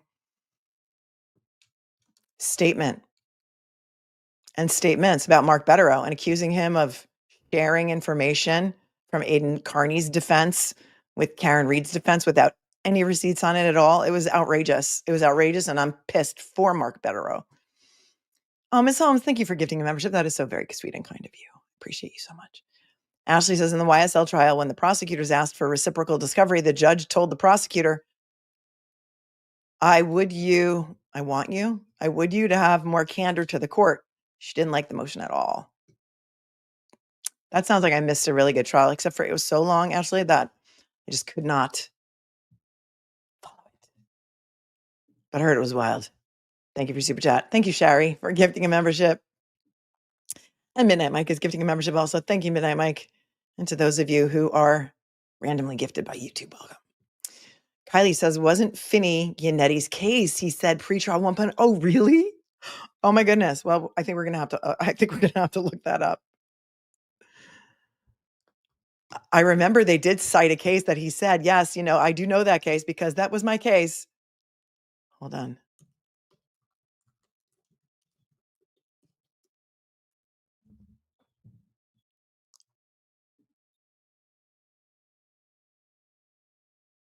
Yes, it was. It's David Yanetti's case.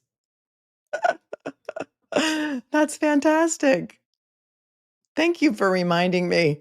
And he's very familiar with that case because it actually is his case. Well done. Well done, Kylie. Thanks for your super chat. Ms. Holmes, did Proctor ever say why he didn't go to the scene? I don't think so. I don't think he's ever explained it. If you guys in the chat know, let me know. We're very collaborative here. I'll allow it. Susie, thank you for your $20 super sticker. I appreciate you so much. Appreciate you. That's crazy. It was the April 12th, 2024 hearing when he said that about Finney. Okay. I'm a little behind in the chat, but Kindergarten Cop says that's why you hold the scene. Exactly. Of course. Obvi, right? So that nobody can get onto the scene and trample on it.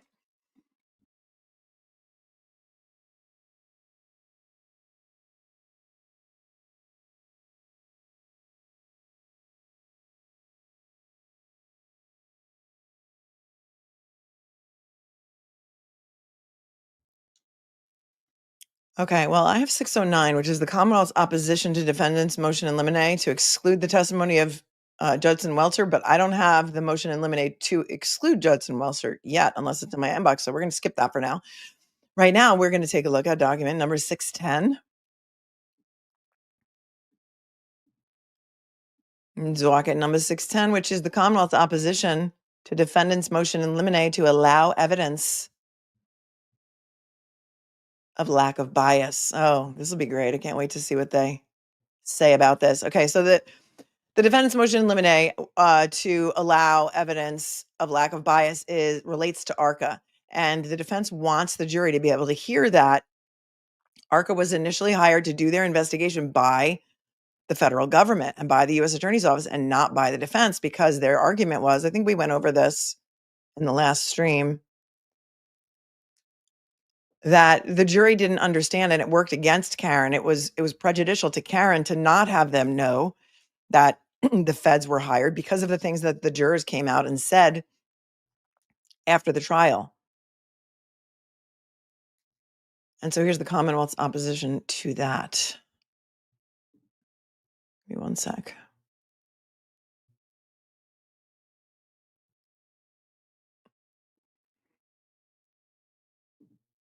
Thank you, Darlene, for buying me a matcha latte. I appreciate you so much.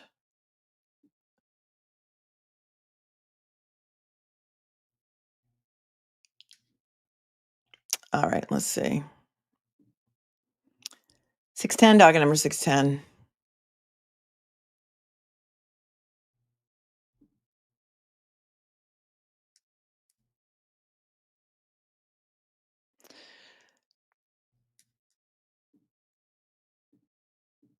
A Commonwealth's opposition to defendant's motion in limine to allow evidence of lack of bias. Now comes the Commonwealth in the above captioned matter and respectfully opposes the defendant's motion in limine to allow evidence of lack of bias.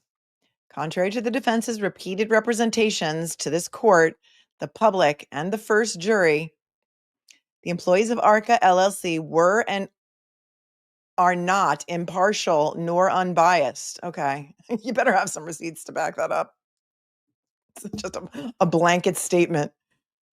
The Commonwealth has a good faith belief that the defense instigated the now closed federal investigation. Oh, here, this will be the soundbite for today, my friends. This will be the soundbite for today. I'm going to need some throat spray for this one, so just hold, please, while I grab it. This was filed this morning at 7-something a.m. because the clerk's office is working overtime. Maybe they have a half a day for St. Patty's Day. Some cities close down, actually, for St. Patrick's Day. Hang on, I'll be right with you.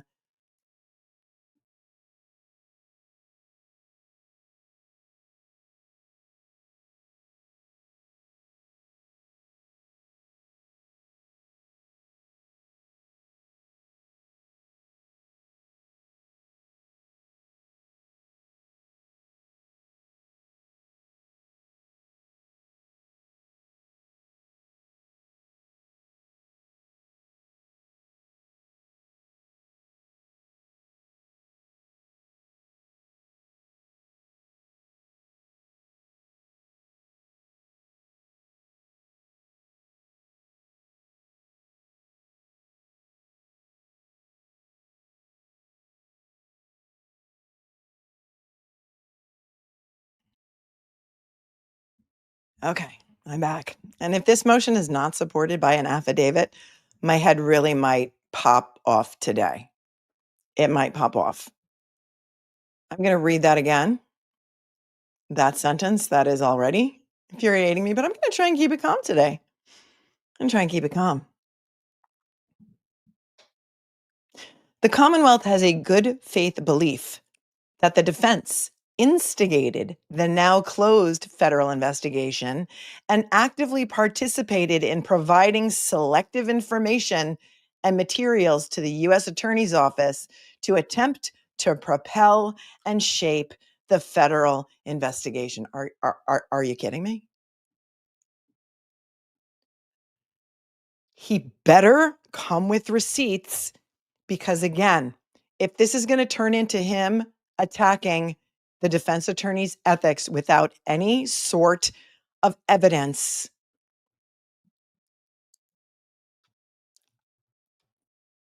I rarely get speechless. You know that because you know that I talk a lot.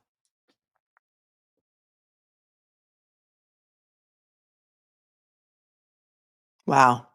Okay, let's go on. This is for 5 pages. Let's see what else he's got to say about this. First, the extent of the murky relationship between the defense team and the past administration of the U.S. Attorney's Office is still unknown. Okay, footnote 1. Numerous TUI requests have not produced sufficient relevant and material investigation. Back to 1. Numerous TUI requests have not produced sufficient relevant and material information needed to identify the extent of the relationship between the defense and the U.S. Attorney's Office and what, if any, impact the relationship and source of materials may have had upon the scope of ARCCA's directive and efforts. Well, you know what, Brennan, then? You better shut your ducking mouth because this is outrageous. Remember how he said during one of his last monologues in open court that I've made several TUI requests. I'm no stranger to the TUI requests, and I know that that can be a deep, dark road to go down. You've got nothing. You've made requests. You've got nothing. But here you are in these papers, again, docket number 610, accusing the defense attorneys of some sort of nefarious, as you would say, collusion with the US Attorney's Office? Where's your good faith basis if you've got no evidence? Oh boy. Oh, this is not going to be, it's not going to go well. There's over 7,600 of you here and only 2,600 likes. I know we can do better. If you don't mind hitting the like button, helps the girl out.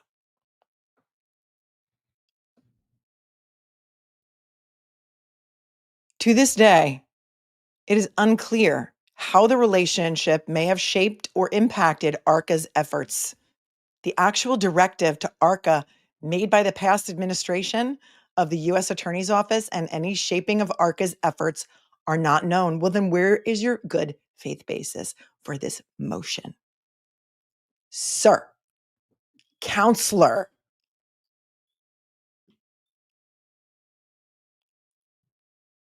wow.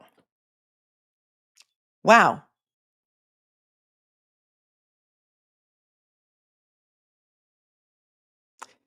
It has been established that throughout the course of the federal investigation, the defense communicated with the U.S. Attorney's Office and provided material selected by the defense without any input by the Commonwealth. No, it has been established. Where was that ever established? Can anybody point out to me where that was established? This is a cold read. I haven't read this one yet. I'm going to read that sentence again for emphasis.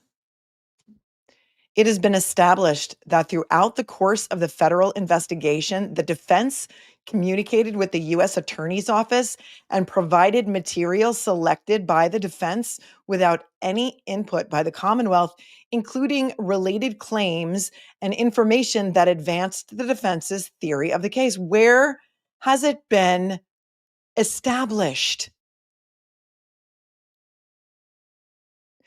That's not the way federal investigations work. And Mr. Brennan, you should know this because you're no stranger to your clients having been involved in federal investigations. Federal investigations are not started by somebody like David Unetti calling up and saying, hey, you may want to look into this. It's not the way it works.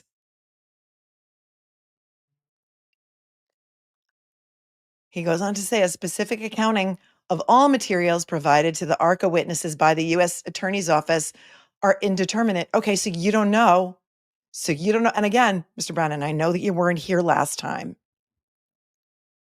Do you know how many letters Michael Morrissey wrote to Josh Levy that he did not copy the defense on? Do you know how many letters he wrote? I do, because we went over them one day on the channel.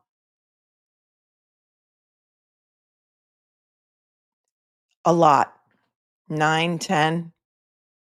Do you remember Michael Morrissey's letters and how he whined in his letters about how Rachel Rollins hated him? And that's what this is. This is Rachel Rollins trying to get back at him.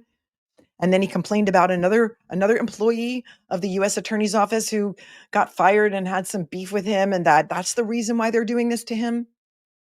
And then he also whined in a lot of those letters about his Brady obligations and how he is aware of his Brady obligations and he needs to know what they're investigating so that he can turn it over to the defense.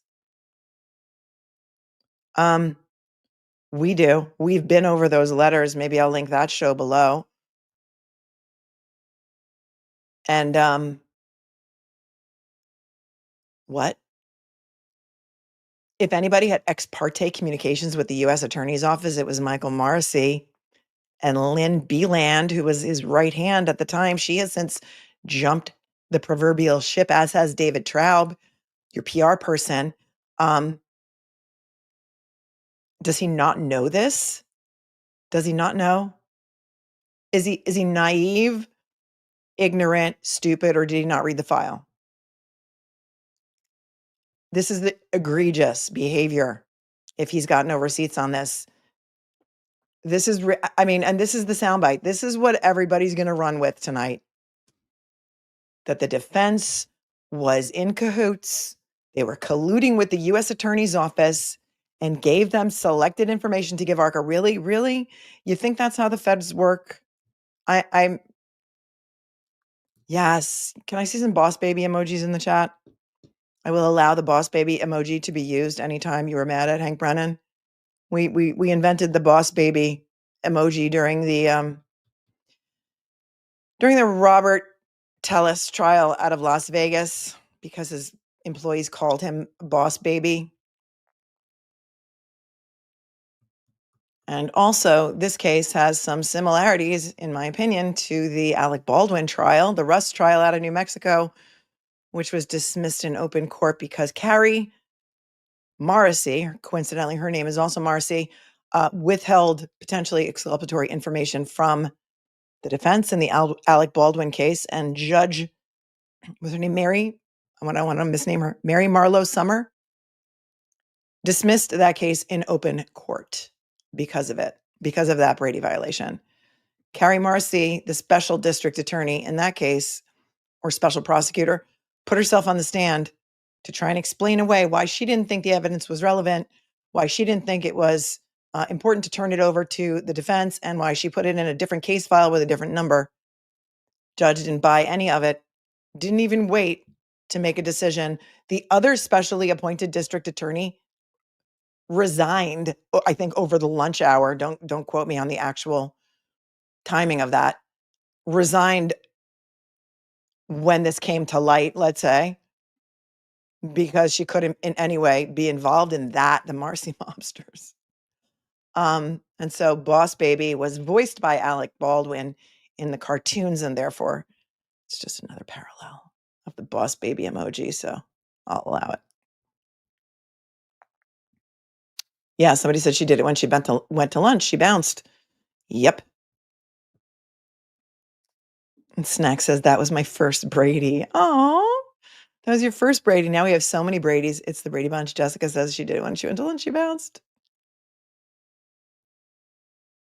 Harry Potter's beard says her arrogance was staggering, wasn't it? The way she put herself up on that stand. Wow. Moving back to Brennan's papers. Much of the inculpatory materials available do not seem to have been provided to the ARCCA witnesses before they conducted their testing and presented their report. Footnote 2. I would submit to you there's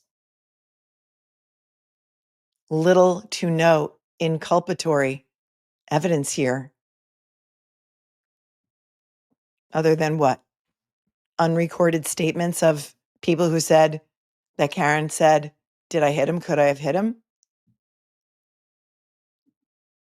Do you remember when ARCCA did their investigation? It was way before the first trial because the TUI materials were turned over to both sides. Inculpatory evidence is evidence, thank you, Canoni's Baloney, evidence that would lean toward defendant's guilt, while exculpatory evidence would lean toward defendant's innocence. Great question. You may also recall during the first trial, or during the first pretrial, that Josh Levy, who was the acting U.S. attorney for the District of Massachusetts at the time, had a conference call with both sides, with the defense and the prosecution. And he said, in good faith, I cannot allow this case, the Karen Read case, to go to trial. Therefore, I am dumping on you 3,074 pages of federal materials. That's how they found out about ARCCA. That was way before the first trial. And all of the communications that were done with the U.S. Attorney's Office were done with both sides present or on the phone, aside from all of the letters that Marcy wrote to the U.S. Attorney's Office, which were not copied on the defense. And the theory is that Michael Marcy became aware of the federal investigation because some of the witnesses in that investigation who were summoned to testify in front of the federal grand jury told him about it.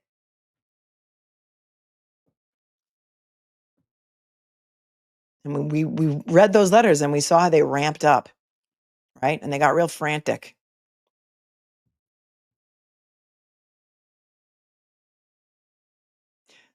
Much of the inculpatory materials available do not seem to have been provided to the ARCCA's witnesses before they conducted their testing and presented their report. Footnote 2. In its report, ARCCA witnesses did not appear to consider Mr. O'Keefe's DNA on the defendant's Lexus broken taillight casing, taillight shards from the defendant's broken taillight found in Mr. O'Keefe's clothing, text stream data, and numerous statements and admissions by the defendant to various sources. Well, my head really might pop off now.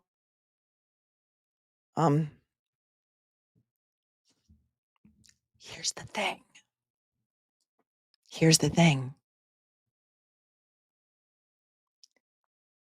Do we know when ARCCA did their accident reconstruction work? Do we know when that was? I don't know that we know that exactly. Do we know when the DNA results from the taillight casing allegedly came back? Do we know when that came back? The report was submitted in February of 2024. Okay. It was dated February 2024, or was it handed over to the defense in 2024? Like, I want to get it right. I don't want to. I don't know that we know, because I don't know that we know when they did it. I don't know that they ever testified about it. That may have been when the federal TUI materials. I can see you, Green-Eyed Southern Girl. It may have been when the federal TUI materials were turned over. But that may not have been when they did their actual investigation. When was the DNA testing of the taillight done? Was that Bodie Labs? Because that took forever. I remember pre-trial, they were getting, it took forever for that DNA to come back. ARCCA may have done its reconstruction prior to those results coming back. The broken taillight pieces found in Mr. O'Keefe's clothing, that is not a fact. That has never been provided or proven. We do know that there were some scrapings done. We don't even know when they were tested. So the Bodie Labs results didn't come back until 2024. Was that with regard to the apparent hair or also the taillight?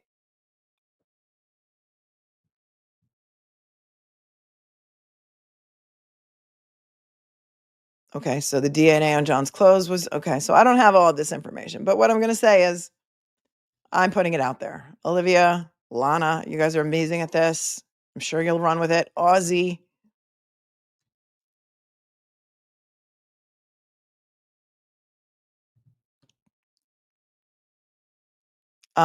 So that's a little disingenuous.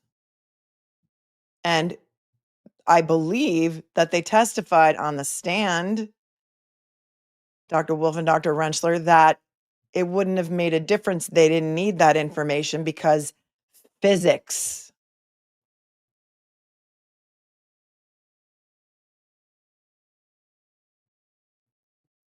ARCCA testified to information and materials that were not noticed in their report as, quote, materials reviewed.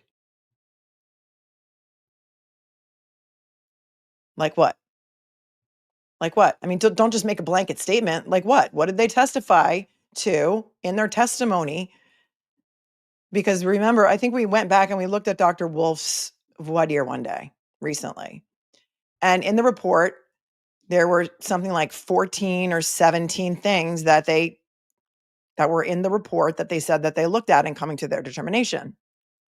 Lally didn't question him about any of it.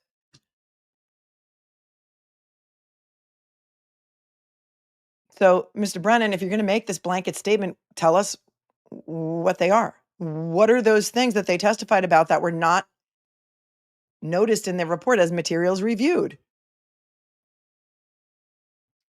Maybe he'll say it because I haven't read this yet. So we'll go on. The uncertainty and lack of transparency is frustrated by the defendant's continuous promotion, mischaracterizing the ARCCA report and findings as part of a closed federal investigation. Again, I'm going to point out, nobody has confirmation from the actual federal investigation, from the actual US Attorney's Office, that this investigation has been closed. Am I right? Unless there's something has happened that I'm not aware of. The only person who has come out and given a statement is Helena Rafferty, who is the chief of police of Canton, and she did it on her own letterhead. Okay. That is not an official source. I have grave concerns. I do too. Green-eyed Southern girl. I have grave concerns about old Hank.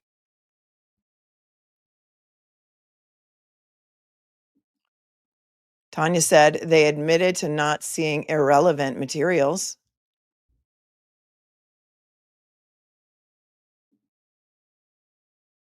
There's been no official FBI statement or statement from the U.S. Attorney's Office. In fact, Leah Foley, who's taken over for Josh Levy, has said she can't comment on it, right? Okay. There's nothing.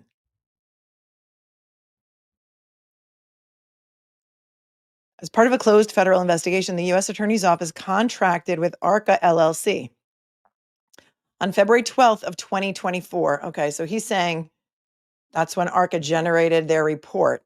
ARCCA generated a 13-page report of 4 specific findings. Those findings were not, as the defense claims, unequivocal evidence that the victim was not struck by a vehicle. Well, but that's the only thing that they were hired to find out. Was John O'Keefe hit by Karen Reed's Lexus, and did Karen Reed's Lexus hit John O'Keefe? That was the sole purpose for which the U.S. Attorney's Office hired them. They say no. But Hank Brennan says, rather, the ARCCA findings were narrowly tailored to whether ARCCA witnesses believed the injuries to Mr. O'Keefe produced damage as observed in photographs to the Lexus. No. No. I think you misunderstood everything. That was only Dr. Rentschler who opined on the injuries.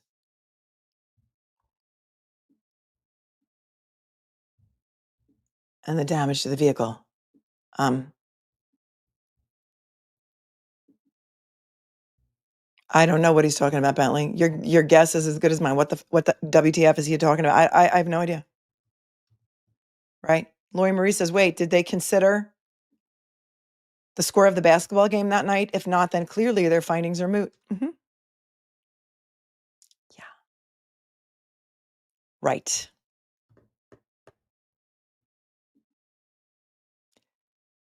In fact, the defendant's expert, Dr. Rentschler, testified and acknowledged that, quote, if there's a side swipe impact with a pedestrian and a vehicle, there's going to be very little damage to the pedestrian. So a side swipe by its very nature involves minimal impact, minimal forces, minimal velocities, which, contrary to the defendant's claims, advances the Commonwealth's theory of the case. Okay, no, that it doesn't actually. Because in order to break that taillight, there would have to be a lot of force inflicted upon the pedestrian, which would have caused much worse injuries like a shattered elbow or arm. So it doesn't really advance the Commonwealth's theory of the case. But, then again, we really don't know what your theory of the case is at this point.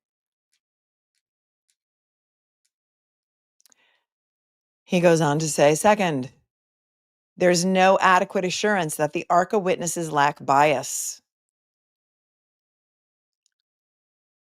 How much assurance do you need to be given, sir, counselor? How about you cross-examine them? The past opportunity to voir dire the ARCCA witnesses did not mitigate the lack of transparency about the ARCCA defense relationship. Well, you know what? Lally didn't ask. Lally didn't ask. That's on him. And as the judge has pointed out so many times recently, when you speak for the defense, Mr. Jackson or Mr. Yannetti, you speak on behalf of all of the defense attorneys. And so therefore, Mr. Brennan, shield and sword, when Mr. Lally did not properly cross-examine the ARCCA witnesses during the first voir dire, that's on you. We know you weren't there. It doesn't matter. Doesn't matter. The defense did not inform the Commonwealth about its substantive relationship with ARCCA until February 13th of 2025. Okay, substantive relationship. Yes. They paid an invoice that was drop mailed to them after the trial. They called the U.S. attorney and said, can we pay this? They said yes. That was in mid-July 2024. After the case was over, there was a mistrial it was still unclear at that point whether she was going to be tried again. Should they have sent you a copy of the invoice back in July of 2024? What substantive relationship? Talking about, hey, can you guys come because you're going to need to be voir dired? It's important to note also that the Commonwealth had every opportunity to pick up the phone and call Dr. Wolf and Dr. Rentschler themselves. They did not. Whose fault is that? Lally's. Why would they want to pick up the phone and call two expert witnesses to talk to them about their report when their report completely blows up the Commonwealth's theory of the case that John O'Keefe was hit by a car? Because physics, he wasn't. Notably, the defense disclosures came one day after the new administration at the US Attorney's Office produced, in response to the Commonwealth's TUI request, materials that included correspondence between it and the defense. Okay, like what? First of all, I thought he said he never got any information in responsive to any TUI request, that they were non-responsive, that they never gave him anything. But now they're saying after the new administration came in, coincidentally, that's when the defense turned over the information that they paid an invoice for ARCCA. No, coincidentally, it coincided with the date for reciprocal discovery coming due, and also the fact that they were responding to your motion to exclude ARCCA. And so they had not, their deadline to exchange all reciprocal discovery had not yet revealed itself. It had not yet come about. That's the coincidence. Are you going to attach any of that correspondence? Are you going to tell us what it said? Are you going to tell us that the new administration in the US Attorney's Office, that Leah Foley sent you a letter saying that Karen Reed's attorneys were in cahoots with Josh Levy? Is that what you're going to?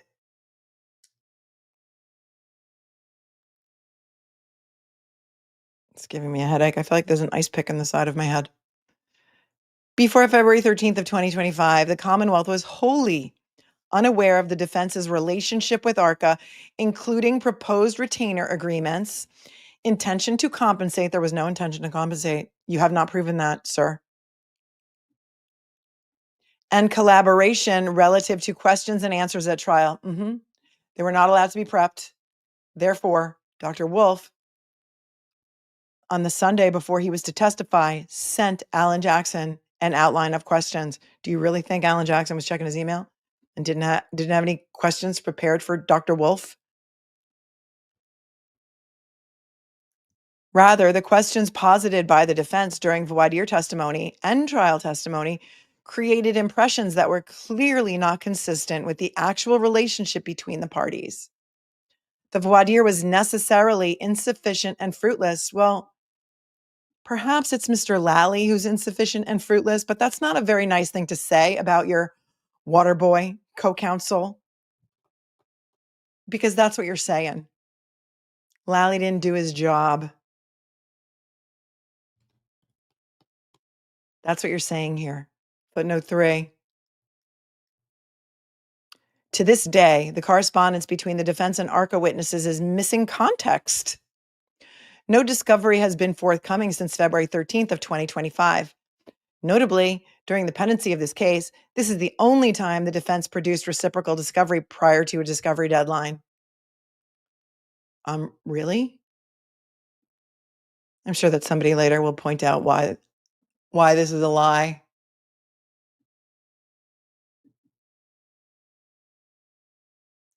Missing context. Yeah. Okay. Thanks, James. Thank you, James, for reminding people to hit the like button. Third, the ARCCA witness is what it says here. The ARCCA witness have a clear bias in this case. In addition to the shifty trial testimony relative to the witness's relationship with the defense. Okay, so now they're shifty.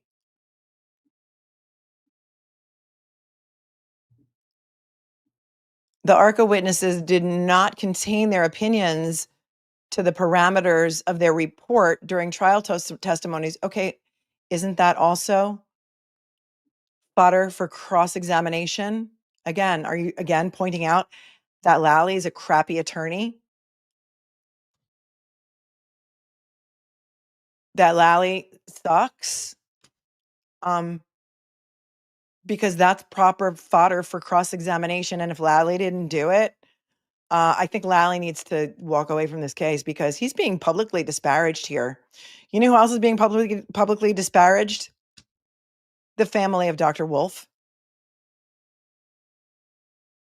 And here's Hank Brennan in a public filing calling them shifty, calling their testimony shifty. I'll read it again. In addition to the shifty trial testimony relative to the witness's relationship with the defense, the ARCCA witnesses did not contain their opinions to the parameters of their report during trial testimonies. At trial, Dr. Wolf and Dr. Rentschler, posing as neutral independent experts, were permitted to speculate and render opinions far beyond what was stated in their written reports. Well, whose fault is that? If that's even true. We don't know because we haven't seen the written report or the written reports. Those have been impounded. We don't know.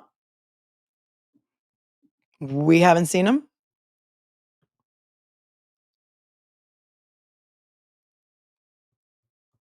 But if that's the case, Mr. Lally had the report. He could have cross-examined them on it.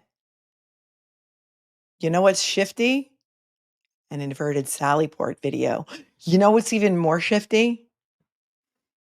The fact that you had all of this Sallyport video that you're still turning over, that you still haven't turned over, that was allegedly downloaded right away by some mysterious retired now detective from Canton PD who coincidentally, I mean, you want to talk about coincidence? This guy, DGM Pietro, retired 2 days after your October dump of the Sallyport videos.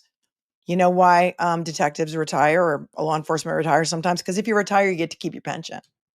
If you're terminated, you don't get to keep your pension. I'm not saying that he did anything wrong. I have no beef with him. I don't even know who he was.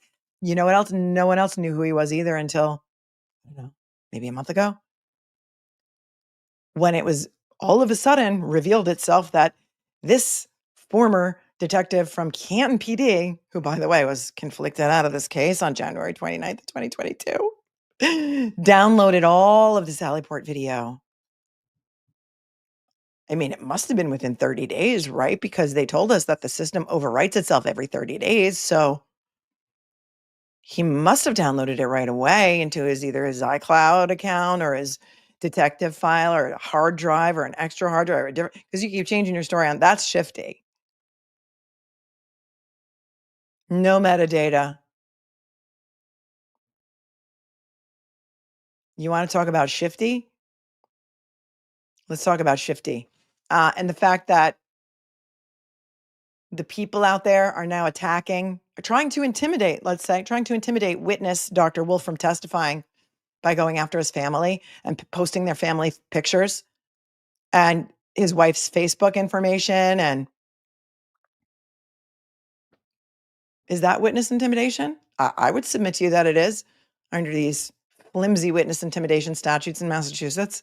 But you see, they only selectively prosecute those statutes in Massachusetts for people that think Karen Reed did not hit John O'Keefe with her car. That's the way it works there.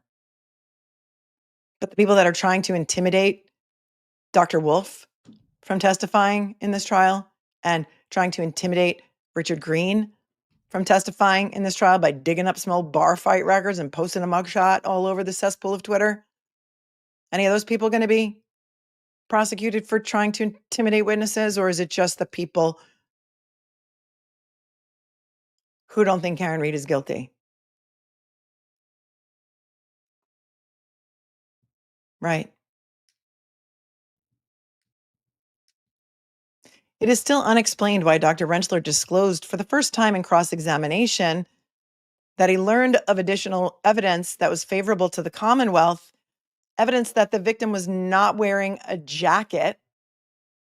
Well, that's funny because that's contested because remind me, chat, we have a puffy jacket emoji for that. One of the EMTs, Mr. Brennan, is 100% convinced to this day that he cut off a puffy jacket from Officer John O'Keefe. He cut off a puffy jacket. And he remembers because, the puffy jackets, when you cut them open, they make a big mess. And so he remembers taking the puffy jacket. Was it Nuttall or was it was one of them. The EMT said a puffy jacket. He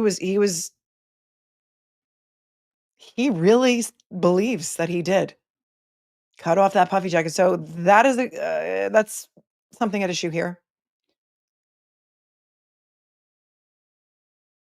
And if it's unexplained why Dr. Rentschler disclosed that for the first time, why wasn't he properly cross-examined during the first trial? Again, kind of throwing Adam Lally under the bus here.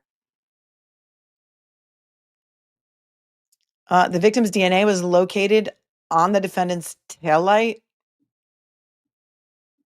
Again, I'd like to know when those results came back. And again, the defense did not provide any information to ARCCA.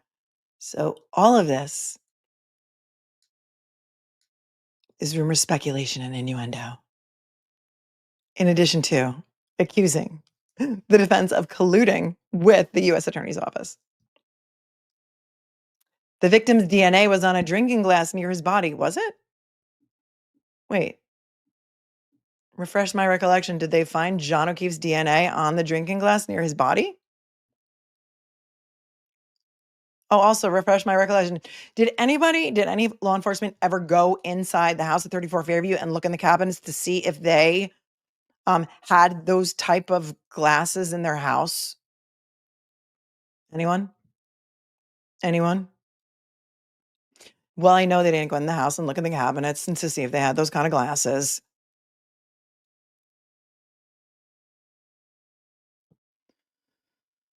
Team Brittany says they did not. Green-eyed Southern Girl says no. Mr. Crosby's orphaned methodology said he did touch the glass. We saw that as he was walking out of the bar, but I don't remember. But we don't know if that's the same glass he walked out of the bar with. If indeed he did walk out of the bar, maybe he walked out of the bar with a glass and threw it in the garbage can. We don't know. We don't know. And so, is this another misstatement of facts in evidence? But it's okay. It's okay when Hank Brennan does it. He's not going to be reprimanded or in any way shamed. He's going to shame Lally. Yep, they never tracked down where the glass was from. Right. And so I don't know. I remember asking this. Did they ever dust that drinking glass for fingerprints? Because I don't think they dusted anything for fingerprints. And I don't recall whether or not they ever tested it for DNA, but you can let me know. And then he says, and that microscopic pieces of taillight were recovered in the victim's clothes. Again, kept in the same envelope with the taillight. There were scrapings done. There was some apparent red plastic and clear plastic in there. I don't know that it's ever been shown that it was pieces of taillight. Again, mischaracterization of the evidence, in my opinion, from what I remember and recall. But they want this narrative out there. They want that narrative out there, and they're going to keep repeating it and repeating it and repeating it. And if they keep on repeating it, then according to them, it's going to be true and believable by the worldwide public.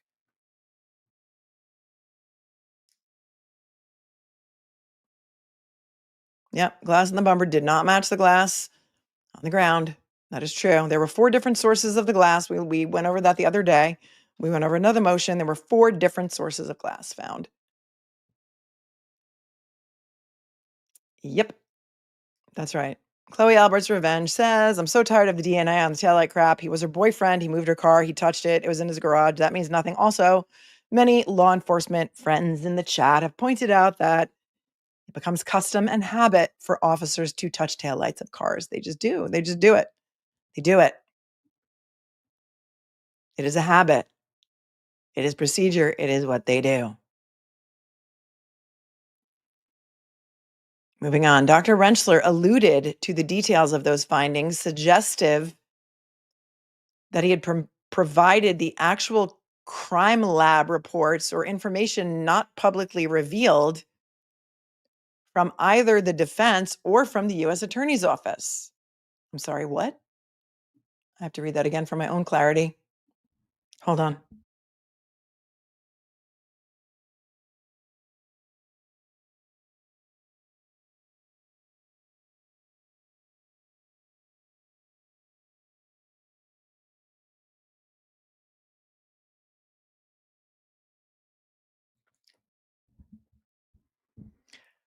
Dr. Rentschler alluded to the details of those findings, suggestive that he had been provided the actual crime lab reports or information not publicly revealed from either the defense or from the US Attorney's Office, footnote 4. See transcript 36, 174. Quote, I believe DNA was tested and some DNA was found. I believe a small amount. I do not believe any blood evidence was located or found on any pieces, but there was indication of DNA on the taillight housing.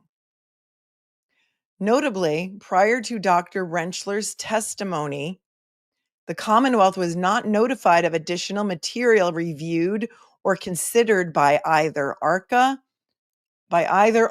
witness. Additionally, the defense has produced no reciprocal discovery about their communications with Dr. Rentschler. Well, I'm also going to point out that in most jurisdictions, and again, Massachusetts is like the Twilight Zone, so expert witnesses are permitted to watch the testimony of other expert witnesses.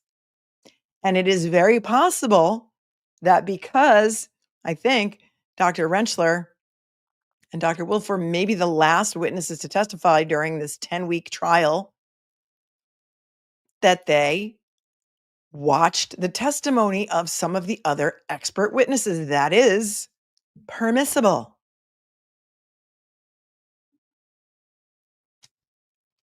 Which is another big nothing that Mr. Brennan wants everyone to think is a huge evidence of collusion. That's right. They're allowed to watch it and rebut it. Thank you, Green-eyed Southern girl.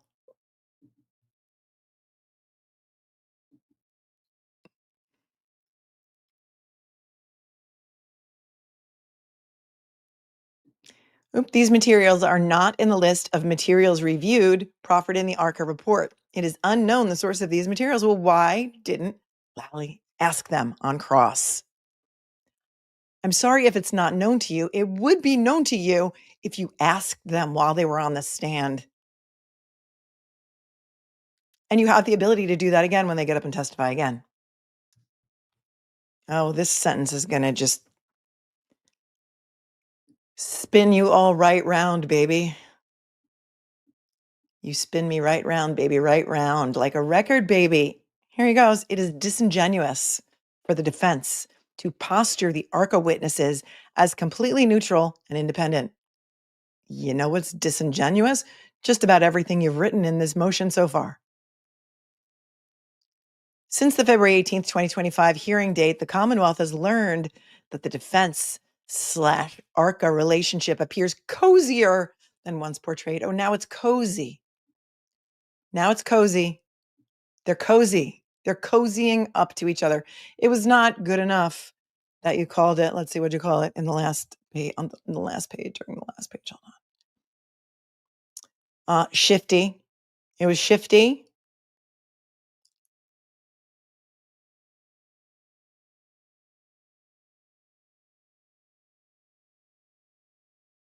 The relationship was substantive and shifty, and a couple of other choice adjectives. Disingenuous. But now it's cozier than ever. I don't know. Somebody needs to make a shirt of like the Crash Daddies with cozying up to Alan Jackson and David Unetti. Footnote 5. Notably,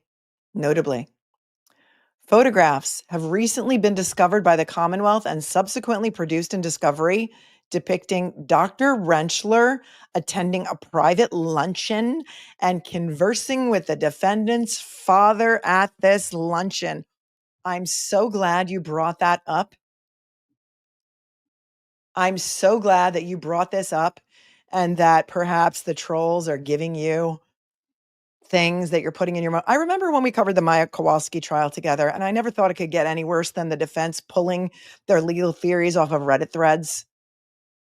In the Maya Kowalski case, Maya Kowalski was the plaintiff, and the defense was Johns Hopkins All Children's Hospital. Well, the attorneys for the hospital got their legal theories from Reddit threads. They legit pulled them off Reddit, copied them word for word, and made motions based on these Reddit threads. This photograph is from lunch during trial or voir dire. I will explain to you that every day during the trial, the defense had lunch in a church next door to the courthouse. The church was kind enough to give them a place to sit at lunchtime so that they wouldn't have to go to a restaurant that was far away. The lunch was brought in. I know because I went to trial one day and I went and had lunch with them too, as did Mark Betterow. We were both there on the same day. Experts need lunch. They get lunch. They deserve to be fed. This is not a private luncheon anywhere, like in a restaurant somewhere. They were being fed either during voir dire or during trial. And you've got a picture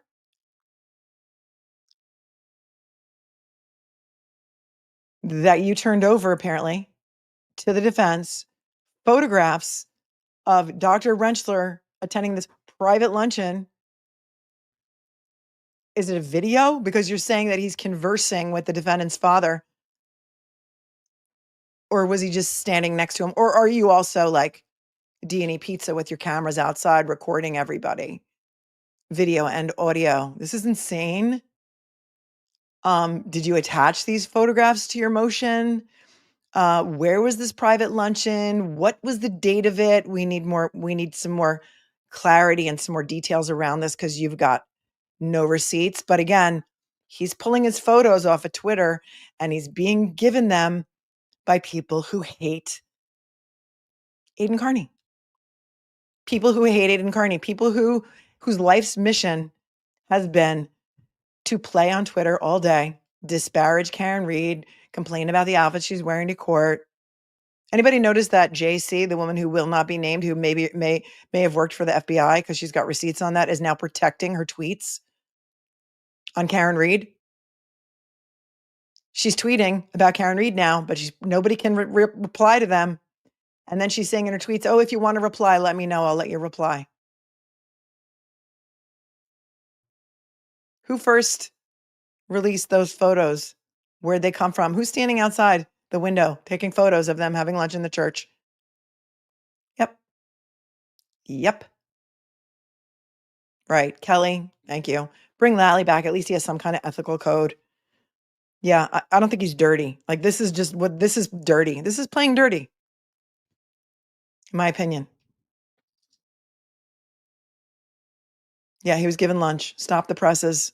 Can you imagine? Crazy, right? Crazy that they would feed them lunch.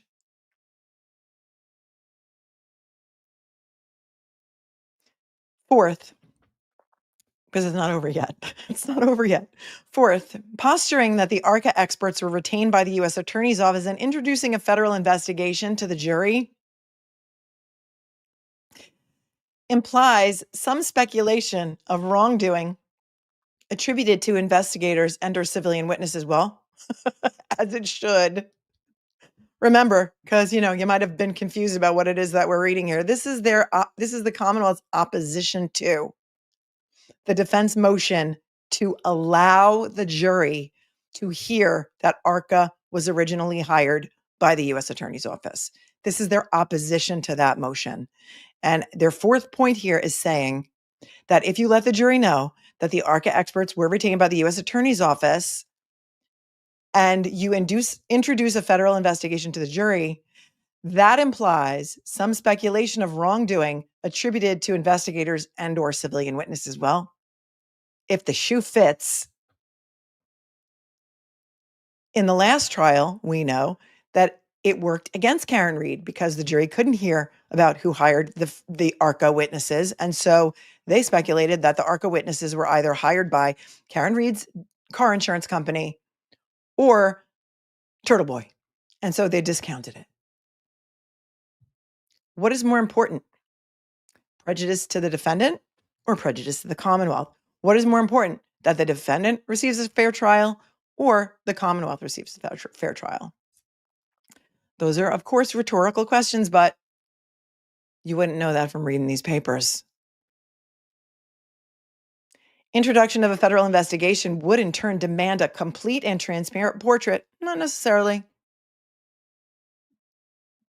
The introduction of the federal investigation to the jury is only balanced if the jury is fully informed about the actual relationship between the defense and the prior administration at the US Attorney's Office. Well, you haven't proven anything here except wild accusatory speculation. Any impact the defense's contributions of materials to the US Attorney's Office impacted the scope and direction guiding the ARCCA investigation, of which, again, you have shown no proof. Complete discovery revealing the entire relationship between ARCCA and the defense, and the conclusion that the United States Attorney's Office engaged in a comprehensive investigation and that its investigation is now closed. Well, we don't have proof of that either. But you know what we can do? When the special agent for the FBI that's going to be called by the defense comes on the stand, Michael Easter, you can ask him. Special Agent Easter, Special Agent Easter, does the federal government typically announce when an investigation is closed? I mean, he's there for procedures, right? You could ask him. Also, the jury should be informed that the now closed federal investigation had no target. Had no target. I mean, just because you don't know of anybody that got a target letter doesn't mean that it had no target. What do you think? It was just a fly-by-night investigation? Okay. Led to no indictments, no criminal complaints, no charges, and no other adverse findings, and instead impliedly absolved the witnesses of any wrongdoing. Oh, here we are again. Here we are again. It's all about the witnesses. It's all about defending the witnesses from any wrongdoing. There it is. There it is. There it is. It implied that the witnesses did nothing wrong, according to Hank Brennan. And we don't know that. We don't know any of this. Because of the complexity of the defense request and the fact that information necessary to create a full picture is both missing and would lead to a trial within a trial, the Commonwealth objects to the defense motion and requests the motion be denied. Okay. Where's XOXO, Michael Marcy, Hank Brennan, Adam Lally, Laura McLaughlin? Where's your affidavit with somebody with actual knowledge of these facts? Let's see. Let's see if there is one. Let's see. This is docket number 610. Docket number 610.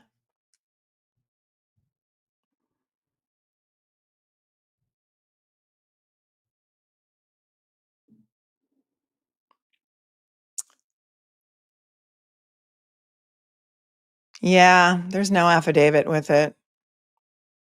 Commonwealth's opposition to defendant's motion in limine to allow evidence of lack of, there's no affidavit. There's no detail. There's just bald and spurious allegations that the defense was in cahoots with ARCCA, despite any evidence, any affidavit from anyone with any actual knowledge, and him complaining that Lally did a crappy job prosecuting this case in the first place. Let's go to the chat, shall we? Maybe somebody else's head popped off at this point.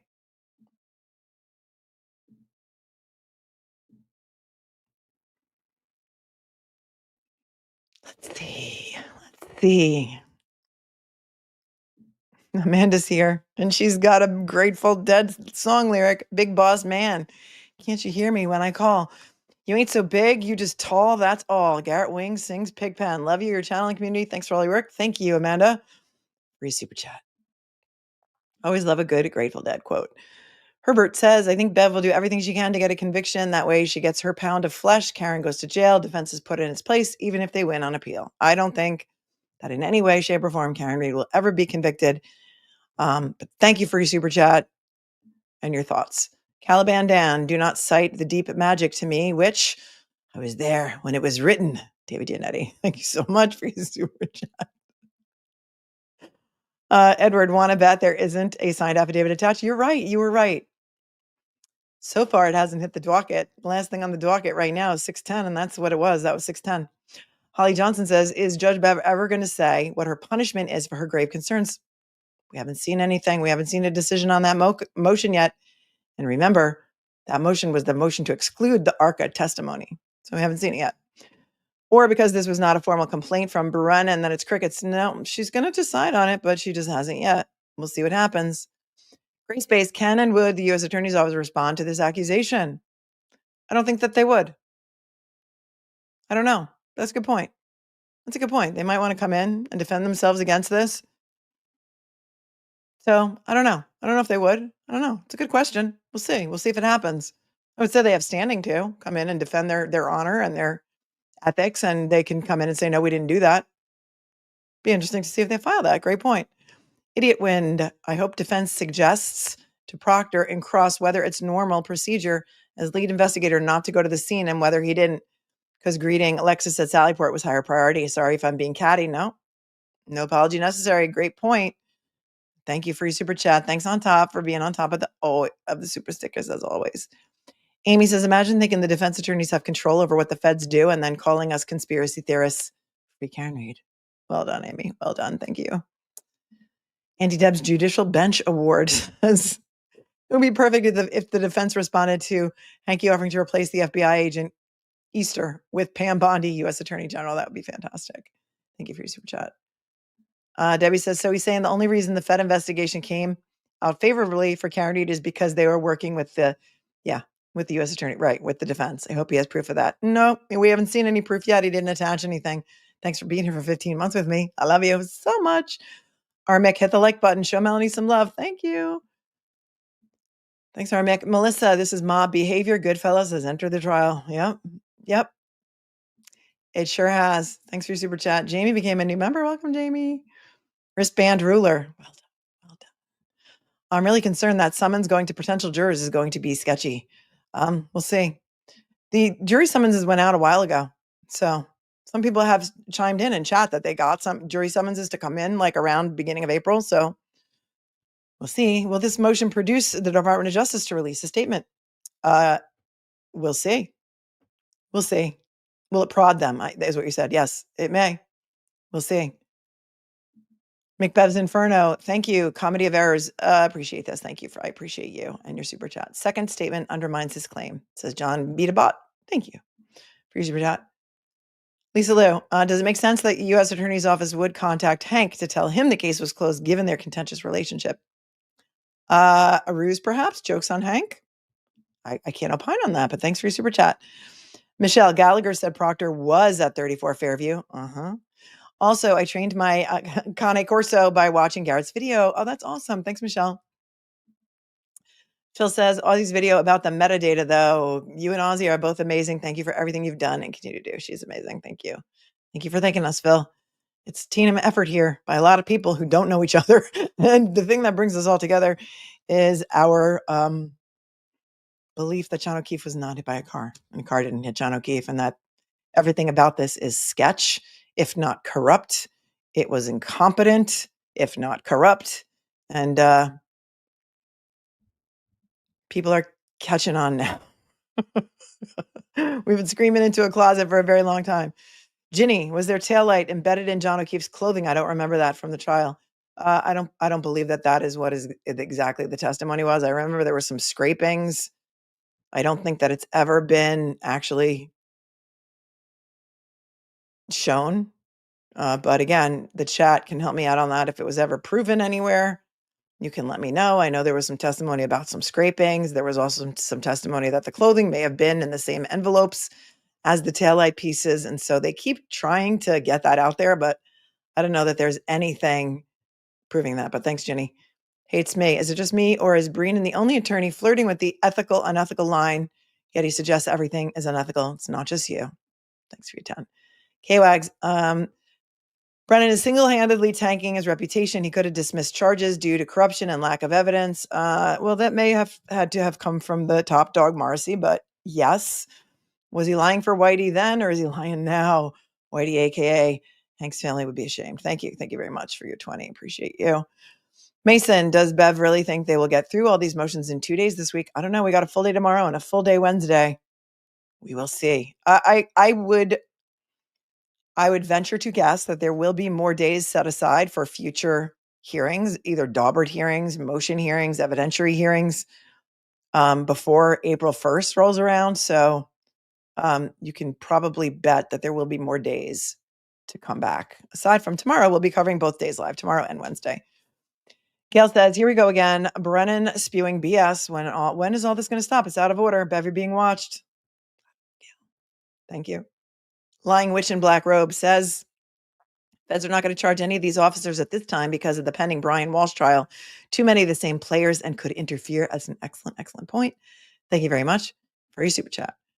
Motions in CPA. Dear Brennan, what universe do you live in? It sure isn't this one. Thank you for being with me for 8 months.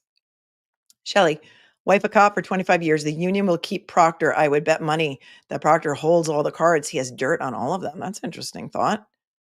Thank you. Paul, ARCCA report, 12th of February, 2024, right? 2024? 2024. Obviously, the prosecution filed documentation that DNA was found on taillight, 22nd of February. Oh, okay. Of 2024. That's when they finally got those results back. Thank you, Paul, for looking that up. Kyle, can even Bev tolerate Hank's lying and crawfishing? Apparently. Thanks, Kyle. Hope has been here for 10 months. Thank you so much. This Commonwealth BS makes it hard to like Hank Brennan as a human being. They're so corrupt. Free Karen Reed from this corrupt Massachusetts DA's office. Thank you, Hope. Alessi's Google search not. I think the investigation started with Sandra Birchmore and then they moved to Karen Reed. Maybe. Edward says, can the defense fight back by saying without signed affidavits, they have no way to respond to the deficient motions? Yes, they can raise that in a reply or in open court tomorrow or the next day. And look, the court did rule that one of Hank's other motions was facially insufficient and denied it because there was no affidavit attached by someone with actual knowledge of any facts alleged. Hi, Lily Rose. Is Bev allowed to read the ARCCA reporters? If yes, did she, in your opinion, the reports? I believe that the reports were attached to a motion, and yes, she's obviously allowed to read them. And I'm sure that if she has access to them, I'm sure that she did. She does review the file, and she does say before most hearings, I've read all of your papers. So she does read the stuff before she comes in.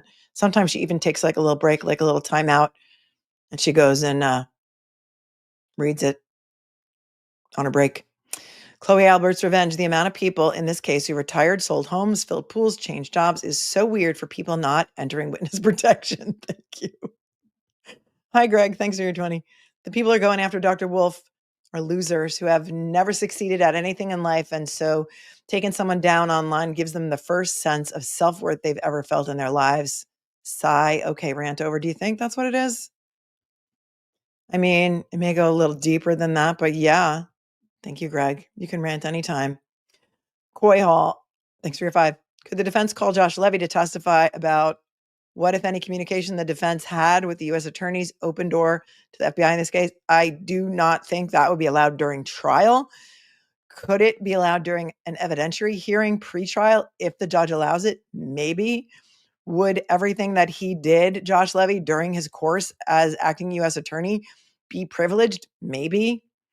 It's a great question that I can't give you a 100% with certainty answer to, but that is a great question. Hi, Emmy. I heard Rentschler went to Cancun with AJ. Oh, that's great. That's great. Well done, girl. Well done. Thanks for being here for 15 months. Chloe Albert's Revenge. Cozy. It wouldn't matter to me if ARCCA and the defense team were in a local swingers club. It doesn't change math and physics. Thank you. Storm Dancer. It makes one wonder about anyone he has had to defend and they got put in prison. He's lower than a snail's belly to the ground. Pigpen is cleaner than Hank. Thank you, Storm Dancer. Kyle says, this is truly a nightmare like you can't wake up from. And how about any affidavit of good faith and belief, Brennan? Dear God, save this woman. God save the Commonwealth and Karen Reed. Thank you. Babs Overstamp says, from Canada, Hank needs to get his with his sledgehammer. Thank you. Amanda, if the shoe fits, lace that B up. Free Karen Reed. Thanks, Amanda. Bill T, can the defense show Proctor Buchanan copies of their reports from other cases like Walsh and ask why they didn't record interviews, take photos, etc., and read like they did for other cases? I think there's a motion outstanding on whether they're going to be able to talk about other investigations, if I'm not mistaken. But it's going to depend on what the judge allows. You know, she's the gatekeeper to hell in this case. And I would say it's fair game. I think there may be a motion right now outstanding to keep that kind of stuff out. And there's been so many motions flying around lately that I can't tell you with 100% certainty that I remember that. But should they be able to ask it? Yeah, it goes to custom and habit, right? And their own procedure and their own personal custom and habit when they're handling investigations. So I would allow it. Is this judge going to allow it? I don't know. It's like the magic 8 ball. We just got to, every time we need an answer to something, in this case, the magic 8 ball can give us a better answer than I could ever guess. Hank Marcy Canoni says this man either has sociopathic tendencies to represent the Commonwealth in this manner or has a gun held to his head, figuratively, of course. In my opinion, as a psychiatric RN. Thank you very much for your opinion.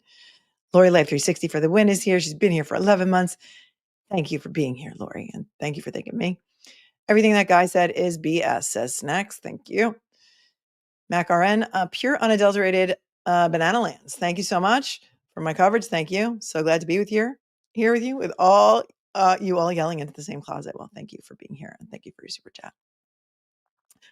Get Love, Give Love says, hey, sis, if he doesn't have receipts, can Brennan get sanctioned? My head is now exploding and popping off. What the duck? Can Brennan get kicked out for lying?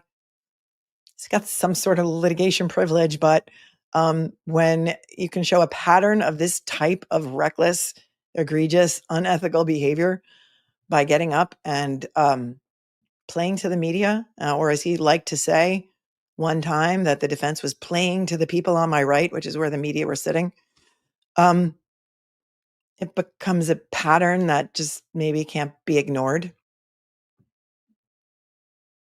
Would she sanction him? Probably not. Screaming Mimi Sue. Liar, liar, pants on fire should be Brennan's catchphrase. Thank you. Eric, why doesn't Brennan just make a motion that Karen Reed and team must sit blindfolded and muzzled the entire trial? That's a great point. Thanks for your super chat. Ashley, I'm glad the defense is calling Michael Easter during the I'm glad the defense called Michael Easter during the Aaron Hernandez trial. The cell tower geolocation expert witness presented compelling evidence. Thank you. Thank you very much, Ashley, for pointing that out.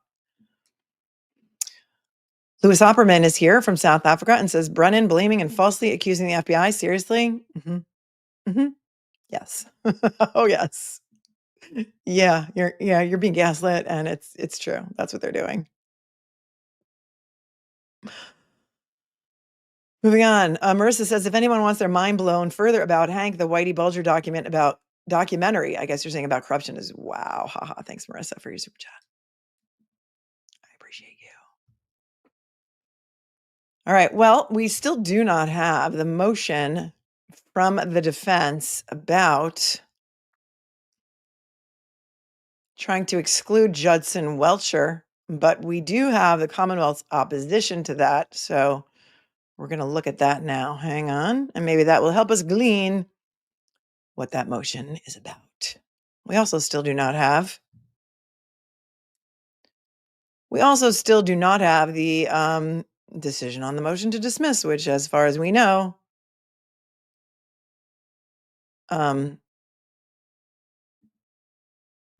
has not yet been decided.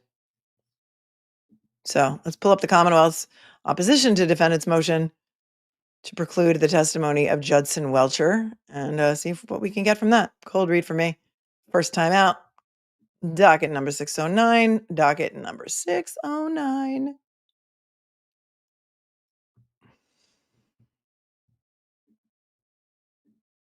And here it is. Oops. Well, there it was. I exited out by mistake. Oh, please, will I find it again?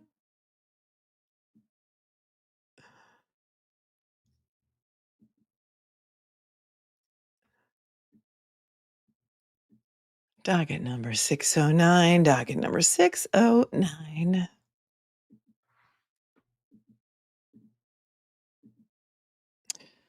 This is the Commonwealth's opposition to defendant's motion in limine to exclude the testimony of the Commonwealth expert witness Judson Welcher, MS, PhD, and request for voir dire.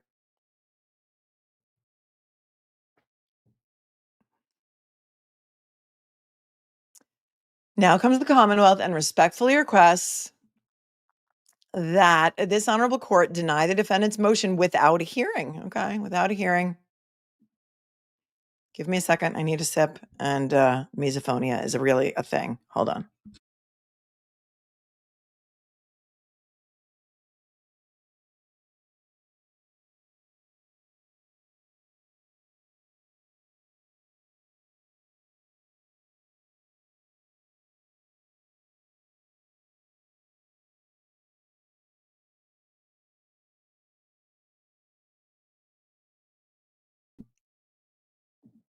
Okay, let's congratulate Suzanne on her first super chat on a stream. And she's watching from Bavaria. She's watching from Bavaria. She says, this prosecution makes me sick, but the world must watch. Sorry for my bad English. Your English is excellent. That was perfectly translated. And you're in Bavaria and you're watching this.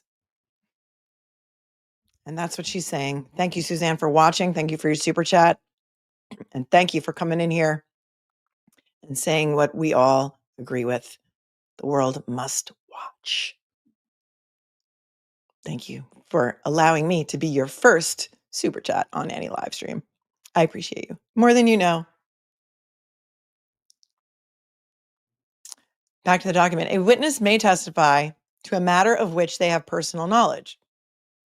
See Massachusetts General Rule.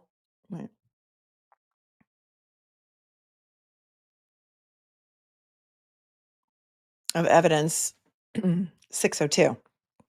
The witness must be competent. Rule 601. To be competent, the witness must have the general ability or capacity to observe, remember, and give expression to that which he or she has seen, heard, or experienced, in addition to an ability to tell the truth. See Rule 601B. Credibility is resolved by the trier of fact. Where scientific, technical, or other specialized knowledge will assist a jury in understanding the evidence or to determine a fact at issue, a witness qualified by knowledge, skill, experience, training, or education may offer an opinion. If his testimony is based upon sufficient facts or data, the testimony is the product of reliable principles and methods, and the witness has applied those principles and methods reliably. Expert opinion is therefore divorced from the personal knowledge of a competent witness.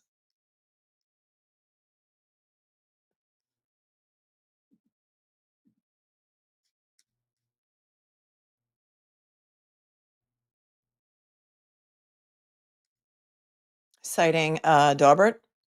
Oh, well, no, wait. In admitting expert testimony, Massachusetts generally follows the reasoning set forth in Daubert and Lanigan. The Daubert-Lanigan test looks at the general acceptance in the relevant community, whether the theory could be tested, and whether there had been peer-reviewed and publication of the theory or process. What? I got to read that sentence again. The Daubert-Lanigan test looks at the general acceptance in the relevant community, whether the theory could be tested, and whether there had been peer-reviewed and publication of the theory or process. Okay. General acceptance in the relevant community is sufficient alone to establish admissibility. Well, then you're going to have a problem, Commonwealth, with your, that's why they should have had a problem with Crosby being allowed to testify, because there's no general acceptance in the relevant community, and we don't even know what community. Forensic odontology is not a thing. It's junk science, and it's wild that now he's pointing out cases that completely refute his argument on James Crosby. But, that's the way they do it. Poor grammar established. Thank you, Kate Mick. I thought it was just me.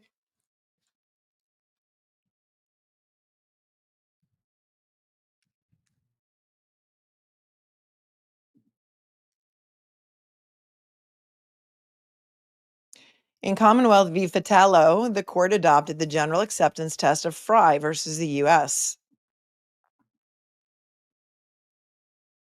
which required that courts consider whether the community of scientists involved generally accepts the theory or process underlying the evidence to be introduced. Subsequently, in Lanigan, the court also adopted in part the reasoning of Daubert and held, quote, a proponent of scientific opinion evidence may demonstrate the reliability or validity of the underlying scientific theory or process by some other means, that is, without establishing general acceptance. Lost my place. Because the touchstone of admissibility is reliability, not necessarily general acceptance within the scientific community. Lanigan at page 24. The court also stated that we suspect that the general acceptance in the relevant scientific community will continue to be significant and often the only issue. Thus, a party seeking to introduce scientific evidence may lay a foundation either by showing that the underlying scientific theory is generally accepted within the relevant scientific community, or by showing that the theory is reliable or valid through other means. Well, those are two things that you did not do in your opposition about having Crosby excluded. So thanks for again solidifying my opinion on Crosby. It's Twilight Zone, Inside Out, Upside Down. Thank you, Mass Dad. Commonwealth filed a buffer zone motion, 611. Thank you, Mass Dad. We got more. We got more. We got more. And they're going to keep on coming. You're going to want to make sure you're subscribed. It's free. And you're going to want to make sure that you hit your bell to all notifications, because sometimes I go live at the drop of a hat and you won't get notified unless you do. So they're going to want to watch. It's not uploaded yet. That's what he means when he says I'll send it. It means it's not uploaded, but it's hit the docket. 611. He's the best. Everyone give thanks and praise to Mass Dad. Not only is he an amazing dad, but he's a reliable source. And let's also give thanks and praise to the moderators who keep this channel running and classy. And it is complete madness. It's complete madness. All rise. All rise. Wait. The Honorable Bev Canoni presiding. God save Fraggle Rock. Thank you for Auntie Bev's Newports for that. TN Journal says, but Melanie Hank, is that the rules for thee, but not for me? Yep. Yep. The Daubert-Lanigan analysis at its core addresses whether the underlying theory or process of the expert testimony is reliable. And we've been through all of this many, many times, so I'm going to scroll through this slowly so that you can come back to it if you like and read it. But I want to see what he says that his expert, Judson Welcher, is going to testify about. But he does point out here, additionally, the process must be reliable when applied to the specific issue on which the expert would testify. Yes, you mean like bite mold science on a dog and using a hospital wristband to measure the wounds on a photograph? Yeah, that's real reliable. Real reliable stuff on Crosby. Expert testimony on the scientific or specialized theory is needed if the subject of expert testimony is beyond the common knowledge or understanding of the lay juror. If jurors can evaluate an expert's testimony with common sense and experience and can understand the underlying methods or theories of the testimony, then the expert's qualifications and the logical basis of the testimony can be effectively tested through cross-examination and rebuttal evidence. Right, which is why you can cross-examine ARCCA on all the things you just whined about in your last papers without any evidentiary proof. Shield and sword.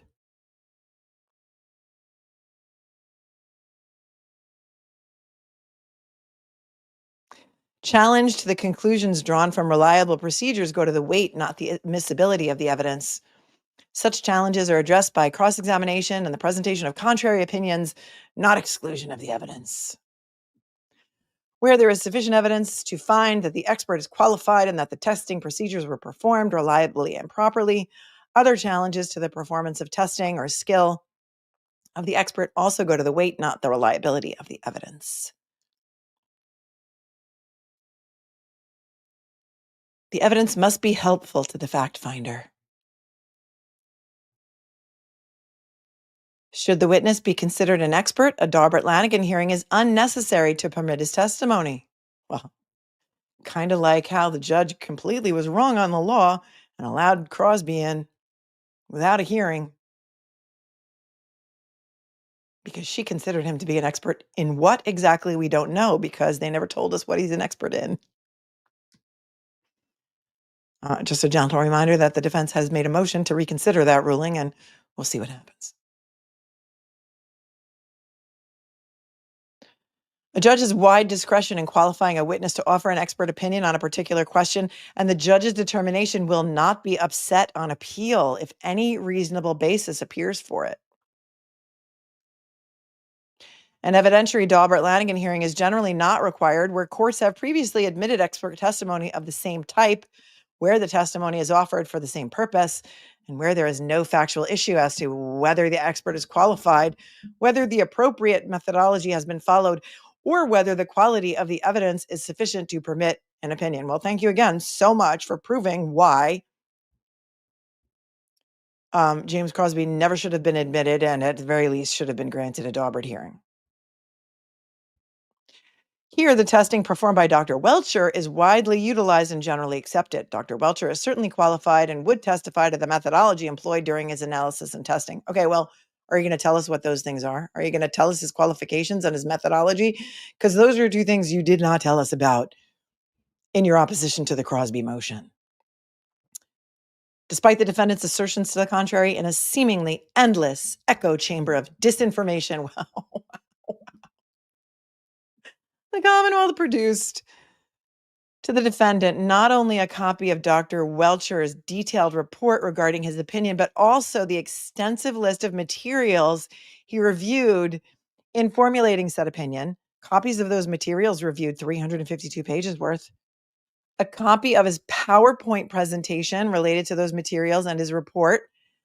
A link to download the raw micro SD card of those materials, and a link to the entirety of Dr. Welcher's case file.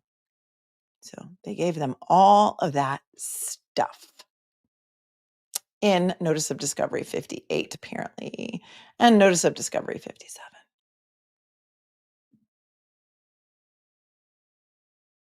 But again,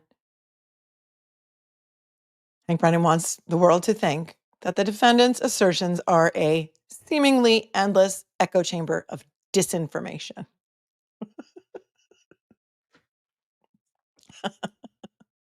You might want to look inside. Or, mirror. Man in the mirror. Maybe we should add that.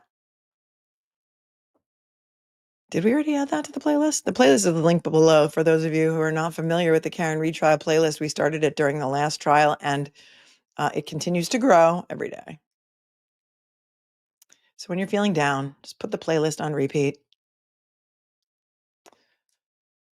Furthermore, Dr. Welcher's report lists over the first 7.5 pages the specific material he reviewed in coming to his opinions. The report further enumerates 11 items of additional information obtained by Dr. Welcher to assist in his analysis. Dr. Welcher's narrative section of his report details within the body of his report where in the 140 slide PowerPoint presentation he elucidates with demonstrative evidence to support his opinions in direct contrast to the defendant's characterizations of the doctor's report as virtually unintelligible. Well, there's a little gleaning into what I'm sure it was either Alessi or Jackson's motion to exclude him said that his report was virtually unintelligible. And he has a 140 slide PowerPoint presentation. Well, that's putting in the old college effort. I wonder how much they paid for that. In addition, the portion of Dr. Welcher's presentation of which the defendant seemingly most prominently complains, the paint testing. Oh, he did some paint testing. Apparently he did some paint testing. On what paint? What paint testing do you think he did? Paint from Karen's car? Paint from the Traverse, John O'Keefe's car? What kind of paint testing did he do? I don't know. Does not solely include a mix of images as the defendant suggests. I think he's done some paint huffing, says Don. Oh my goodness. Thanks for throwing shade at your own expert witness. He watched paint dry. Remember the Rentala case, which they cite a lot? Both sides do. Is about like an expert who was wrongly allowed to testify during trial of a murder case. And he did some like testing in his basement about how long it took paint to dry.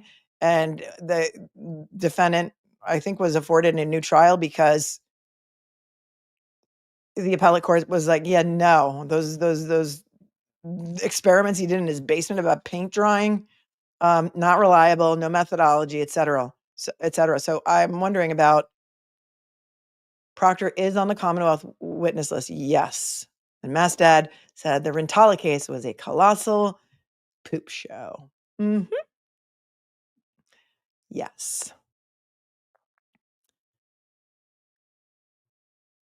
So as the defendant seemingly most prominently complains, the paint testing does not solely include a mix of images, as the defendant suggests. The presentation includes photographic memorialization of the testing in question, but also slides with video memorialization of the testing and its outcome, which clearly and unequivocally support Dr. Welcher's opinion that the location and orientation of the lacerations on John O'Keefe's right forearm and arm are consistent with the geometry and orientation of the right tail light of the Reed 2021 Lexus LX 570. Okay, well, that's what Welcher's opinion is going to be. Ready? Here it is. Oh, he has some slides and some video. And he did some testing about paint testing, apparently. But his opinion is going to be that the location and orientation of the lacerations on John O'Keefe's right forearm and arm are consistent with the geometry and orientation of the right tail light of the Reed 2021 Lexus LX 570. I'm sorry, what? Yeah, the paint was full melt hash. The paint was silver and it was in a paper bag hooked to his face. I don't know.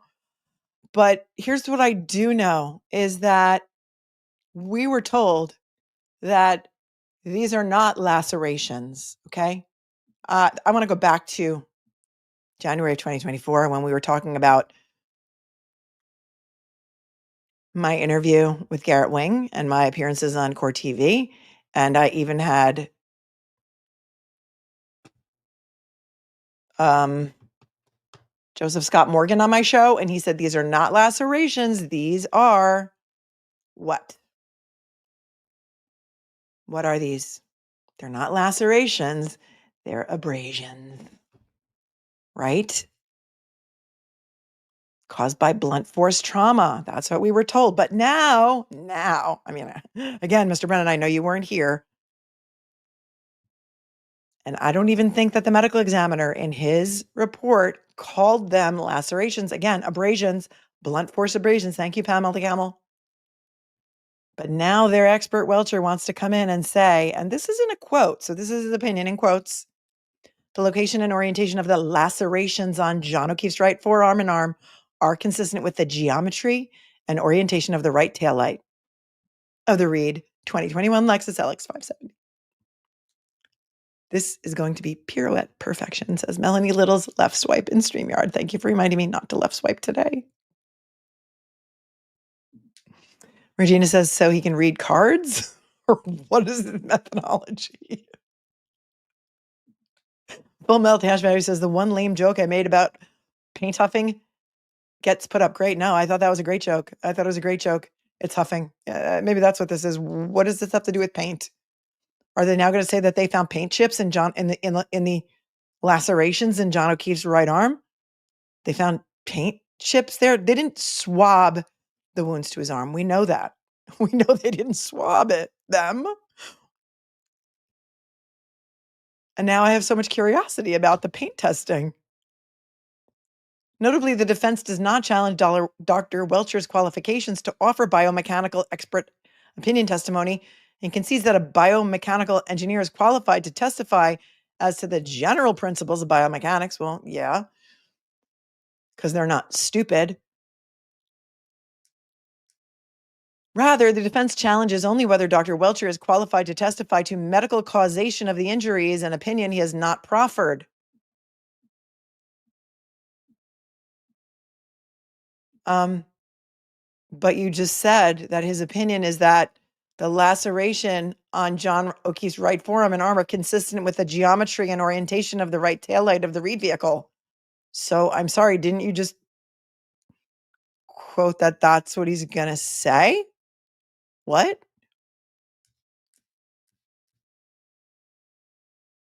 Isn't that causation of the injuries? Are you saying it's not medical causation because it was caused by a piece of polycarbonate? I somebody said I just spit my water all over the place. Green-eyed Southern girl.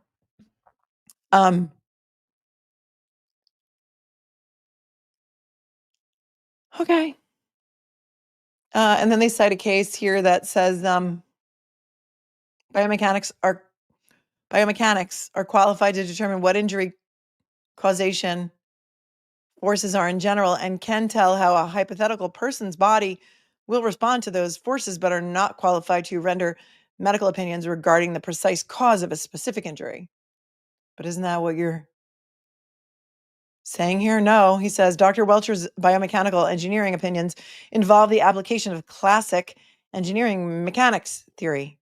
He provides a biomechanical causation analysis which employs, okay,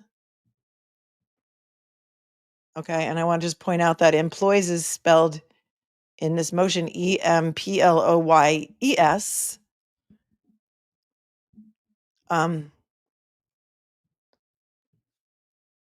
Objective biomechanical data and analysis to determine whether the forces resulting from particular events are consistent with the sustained pathological condition or clinically diagnosed symptom. Well, here's the thing. Here's the thing, Hank. Thank you for making the argument that Dr. Rentschler should be allowed to testify to this. But you see, what had happened was in trial number 1, she didn't allow it. She didn't allow it. And again, I know you weren't here, but that's what had happened. But again, thanks for making the argument that Dr. Rentschler should be allowed to testify to that, because you're saying your expert should be. So again, what's good for the goose? Right? Yeah, exactly. Thank you, Simply Bell. Does he biomechanically explain how John's arm wasn't broken or even fractured or even bruised? Or even bruised. And that there was no other injuries below the neck.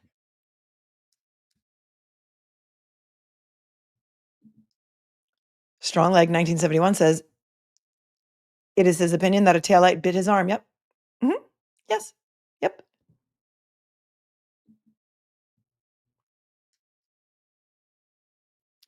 Or in this particular case, the biomechanical causation of the lacerations on the victim's forearm being consistent with a 2021 Lexus LX570 taillight and the biomechanical causation of a 2021 Lexus LX570 striking the victim and the victim's head hitting the ground. Oh, here we go. Okay, the pirouette, the double sow cow. Now it's going to be a backflip, maybe. Here's what they're going to argue: that the biomechanical causation of the lacerations, again, the medical examiner does not call them lacerations. She calls them abrasions caused by blunt force trauma. But now they want you to believe that they are lacerations caused by a sharp object, the sharp object being the tail light. Well, remember before when you asked me who I wanted to cross-examine and I said I wanted to cross-examine Dr. Renee Stonebridge? Now I'd like to change my answer, if I could supplement my answer, and say I would also like to cross-examine Dr. Irene Scordivello. Because she says they're not lacerations, they're caused by blunt force trauma. Right? Am I right? If I'm wrong, I could be conflating many cases. So yes, there's an all-day hearing tomorrow, Amber. Thank you for asking. All day tomorrow and all day Wednesday. We'll be here for both, when most of these motions hopefully will be argued, because I can't wait for that. I can't wait.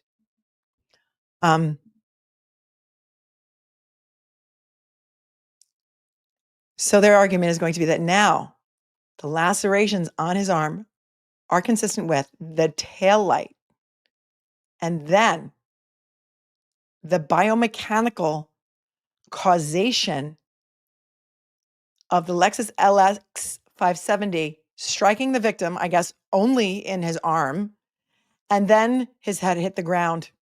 Because remember, they want some other witnesses to come in to say that the ground was hard as a rock, including a weatherman and another brain surgeon, to say that's how he fractured his skull in many places from a glancing blow. A glancing blow. Yes, Kyle, you're not crazy. If you're crazy, we're all crazy. And then hit the ground, causing his skull to shatter in many places, not just the back of the skull, but also right here on both temples. And in the front of the skull, there was also, I think, a fracture, right? Cool. Excellent. Then they cite a case, Wagoner versus Schlumberger Tech Corp, which is a case out of Wyoming. Expert in biomechanics may testify to matters in their respective areas of expertise, including the forces involved in a low-speed accident and how those forces may affect an individual or object. Expert may not express any opinions regarding whether victim suffered a brain injury or the cause of the alleged brain injury. Oh, that's why they're bringing in the brain surgeon. Got it.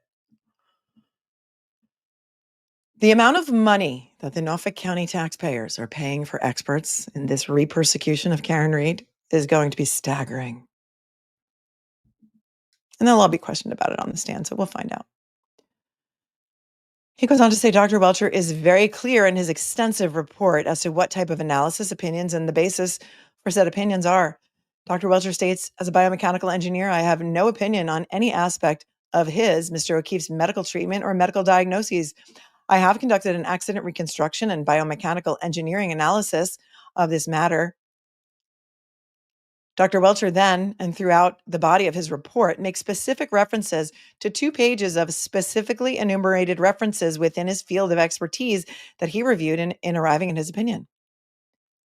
Quote, situated between the classic disciplines of engineering and medicine, biomechanics provides a means of applying engineering mechanics theory to a problem of accidental injury. Okay, but you're saying this wasn't an accident. You're saying this was intentional. Okay, so now it's lacerations instead of abrasions, and it's accidental instead of murder. Great. Excellent. Thank you for playing, Welcher.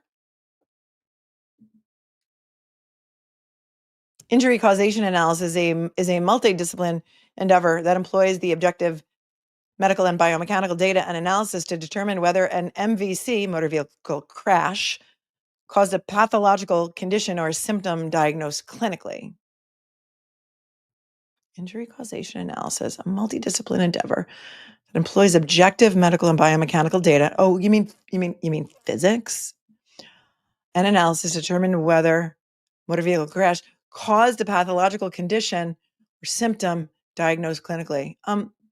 Dr. Welcher, in your review of the materials that you reviewed in order to come to your analysis in this case, did you review the motor vehicle crash report, the MVC report? Did you review that? Oh, no, you didn't? Oh, you mean the defense, the prosecution, you mean the Commonwealth didn't provide you with the motor vehicle crash report with regard to this case?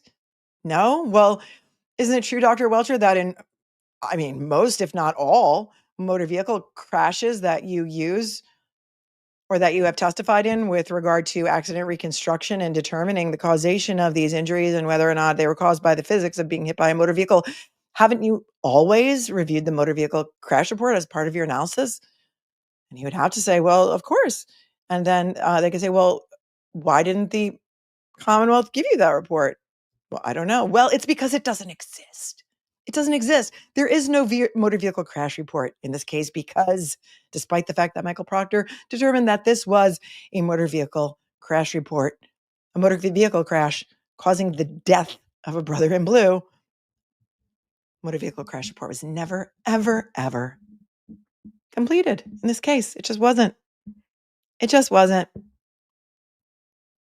He goes on to say Dr. Welcher never, within his reports, analysis, and ultimate opinions, exceeds the bounds of his discipline.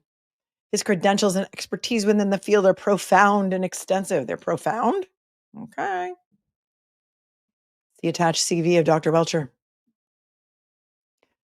The defendant has been appropriately noticed of Dr. Welcher's expertise, his opinions, and the extensive materials he reviewed in formulating said opinions.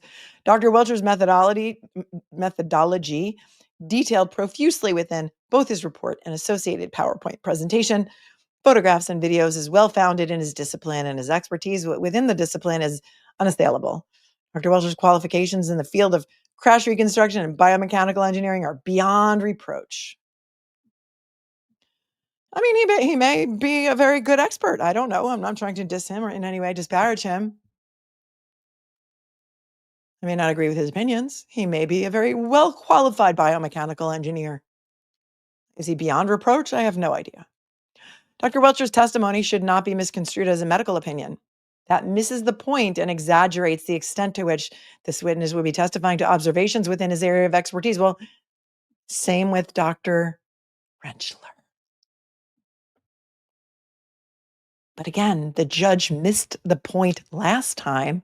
So, will she once again overrule herself and admit that she was wrong?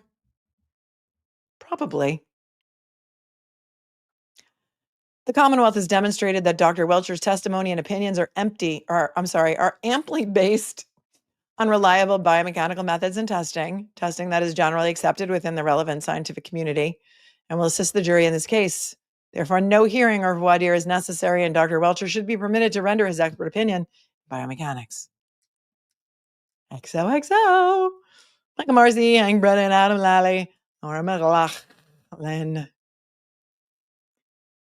What say you, my friends, about Dr. Welcher and his opinion that, let's go back to it because I gotta see it again. I gotta read it again to believe it. That in this particular case, the biomechanical causation of the lacerations on the victim's forearm are consistent with a Lexus, with a 2021 Lexus LX570 taillight, and the biomechanical causation of a 2021 Lexus LX570 striking the victim and the victim's head hitting the ground.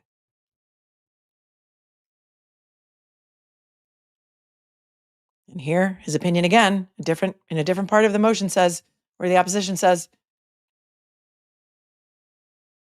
something about paint testing, which I still haven't been able to figure out by reading this entire opposition. So we're going to read this again for emphasis. In addition, the portion of Dr. Welcher's presentation of which the defendant seemingly most prominently complains, the paint testing, does not solely include a mix of images, as the defendant suggests. Period. The presentation also includes photographic memorialization of the testing in question, but also slides with video memorialization of the testing and its outcome, which clearly and unequivocally supports Dr. Welcher's opinion that the location and orientation of the lacerations on John O'Keefe's right forearm and arm are consistent with the geometry and orientation of the right tail light of the Reed 2021 Lexus LX570. What does that have to do with paint testing? I'm so confused.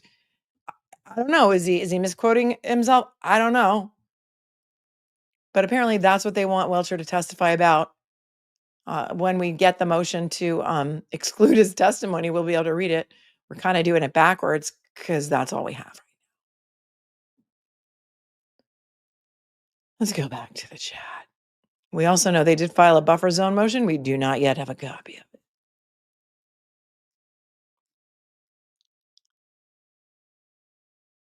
Okay. Back to the chat.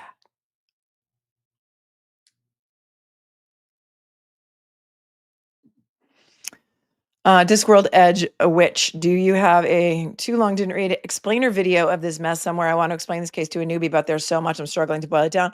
No, there's no way. I have hundreds and hundreds and hundreds of hours on this case, and no, I haven't boiled it down. Maybe if you, I don't know, maybe if I was on somebody else's show one time and we did like a just like a catch up video, it's just no, it's too. I mean, it's a great idea. I don't even know if I'd be able to keep it to under 17 hours at this point, but it's a great idea. Thank you.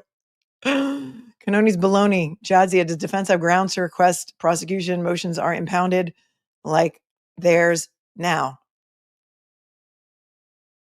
No, the defense motions are not impounded. Just certain portions of them are impounded, like the exhibit, like certain redactions that are made. I don't think anything has been fully impounded, maybe one or two, but I think the defense actually agreed to impound it. But I understand what you're saying.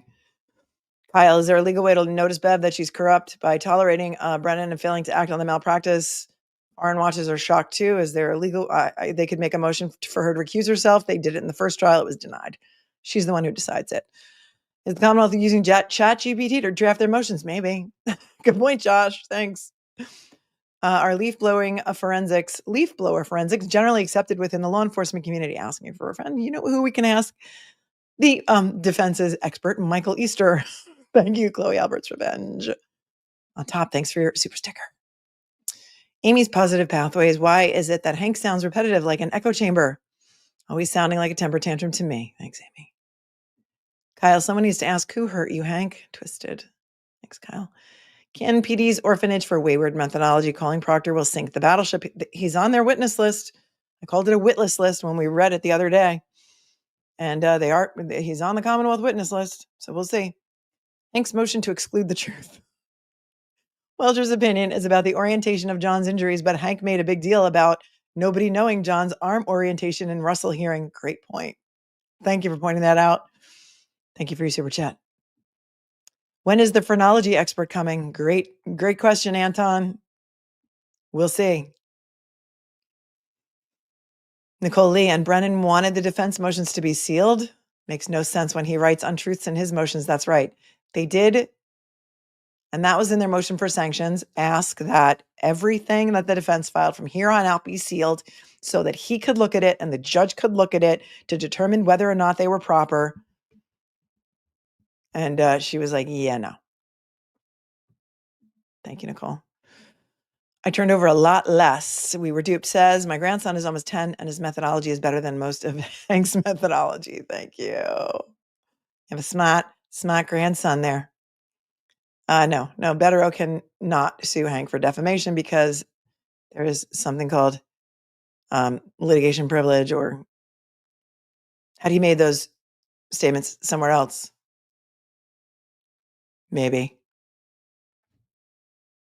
Midnight Mike, the 30-foot triple axle with the phone under him. Mm-hmm. Chloe Albert's Revenge. I'm grateful that Karen wasn't driving a Cybertruck that night. The sharp edges on that thing serve no other purpose but to maim. Just saying. Thank you. My Mini 67, I've been in a few fights, hit by 2 cars, and bitten by a dog. I'm an old engineer. None of the physical evidence stacks up. Thank you so much for saying that and for chiming in with your engineering expertise and your own personal experiences. And thank you for validating us, even though we're gaslit on the regular. And free super chat. Kyle says, if a glancing blow to an elbow caused the game glitch type flying, flopping, and fatal fall, I've been dead 25 years now. My glancing blow is harder. Idiot Wind, which I should point out is a Bob Dylan song, right? He said in a previous hearing that if the accident occurs and she knows but leaves him to die when he could have been saved, it's second-degree murder. That is his theory. Right. Okay. And also, doesn't he have a witness? I mean, he's got an expert, I think, who he says is going to come in and say that if she stopped and he was saved, that he could have survived. I don't know if that's the brain surgeon that they're bringing in or if it's someone else. But I think that you're right. And I think that I don't remember the date of that hearing, but if anybody knows it, send it to me because I'd like to go back and watch it again. So thank you, D-Wind. Madeline Wags. Can Brennan be held accountable for all the lies he's saying in open court without evidence or affidavits? I mean, could they move for sanctions? Maybe. Will they? I don't know. They've got a lot of other stuff on their plate right now. April 1st is coming pretty quickly. I mean,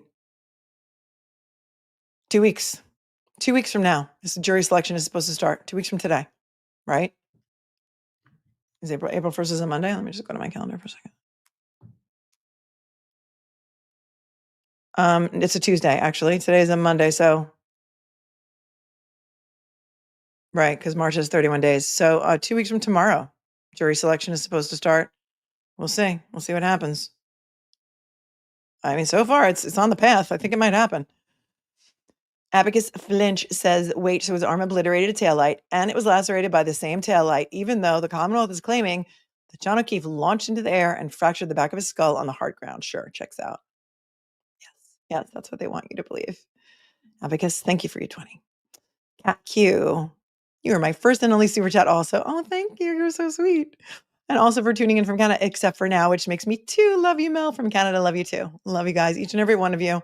There's nothing more fun than spending my days with you, screaming into a closet. Fairy Raven Emma, huge sláinte to you too as well. Emma is tuning in from Ireland. She's also known as Fairy Raven, and she's always here and always a pleasure. Thank you for your super chat. Pain testing to date scratches on her car. That's an interesting theory, Sherry. I hope that we can find out more when we get a hold of the defense motion to exclude him. That's a good thought. Danielle, how hard will it be to find a jury? Well, jury selection is going to be, in my opinion, it could be the most important part of this case. Jury selection, you cannot underestimate jury selection. It is one of the most important parts of a trial. And it's going to be huge, because there's nobody in Norfolk County, I would submit to you, that it doesn't know who Karen Reed is, that hasn't heard about this trial. The key is going to be finding people who do not already have a preconceived notion or bias towards one side and who are able to be fair and impartial and will wait to listen to all the evidence before they come to their conclusion. That's going to be the trick of it all, the thing of it all. And the importance of jury selection, it cannot be understated. It's supposed to start August 1st. That is typically not, well, she's already said, she already made an order, the judge did, that it will not be, the only part that is allowed to be televised is the opening, as it were, of the judge giving her instructions to the panel, the entire panel. And maybe the statements of both attorneys, and then the cameras go off. And then the cameras go off until the trial starts, until opening statements. And that is what is intended to happen. And that is what is going to happen here. So it could be hard, but not impossible. And it will probably take a long time. They've also made a motion to be able to question the jurors themselves, the attorneys, because I think you have to ask the judge's permission. Otherwise, the judge picks the jury. And I think that both sides have submitted questions and they want to be able to question the jurors themselves. And they should be able to, in my opinion. So there's that. Mr. Crosby's orphaned methodology says any more on defense expert and car data from Christmas time. I haven't heard anything. Have not heard anything, but I'm sure as more motions keep dropping, maybe we'll learn more. Amber says, I'm looking forward to watching round 2 with you. Thank you, Amber. I'm so glad. Even though I'd prefer Karen to not have to go through this again. Thanks for all the coverage. Thank you for your support. Thank you for watching. Thank you for being part of this community. And Nina liked me cursing. I know. So I just slipped out. Listen, it's not like I don't curse in real life. I just don't curse on the channel because people have said that they appreciate that they can watch my show without their headphones on. They can watch it at work. They can watch it in front of their kids. They can listen in the car. And so as a courtesy, that's just what I've come to do. It's not that I am anti-cursing. You've seen me on Glara's show. You've seen me on other shows where, I let it fly, but, and some things have kind of squeaked out and sometimes it's just completely warranted. But, out of respect for my audience who listens with children and at work, it's just the way I've come to run my channel. So I'm glad that you like it when it happens. Thank you, Emma, for the matcha latte says, for my Irish sister. Yeah. Yes. Okay, so there's another, well, we're waiting just to see if that docket number 611 pops up.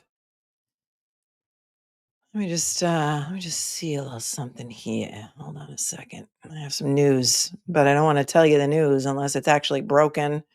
So hang on for a second.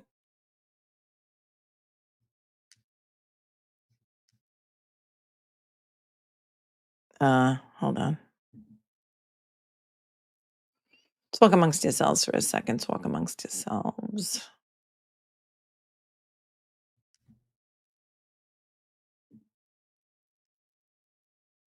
Well,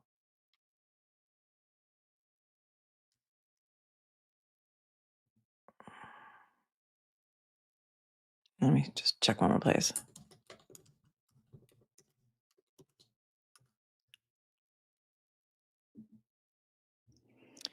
Let's see.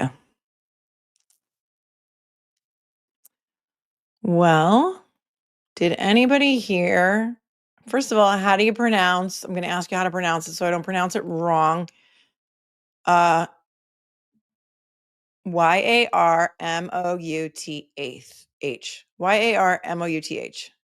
Yarmouth. Yarmouth.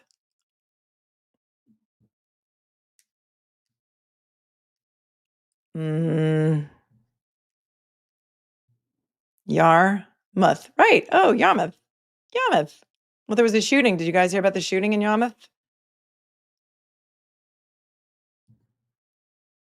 I think there's supposed to be an arraignment today, so it hasn't really been reported about yet. There was a shooting. There was a 41-year-old man that was fatally shot in a Hyannis parking lot. And how do you pronounce? Is it Barnstable? Barnstable? I'm sure it's not Barnstable because,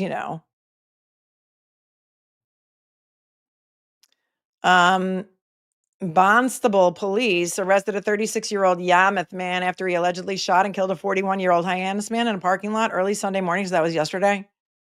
He was supposed to be arraigned at some point today. Let me say. I don't know if they've even named him yet.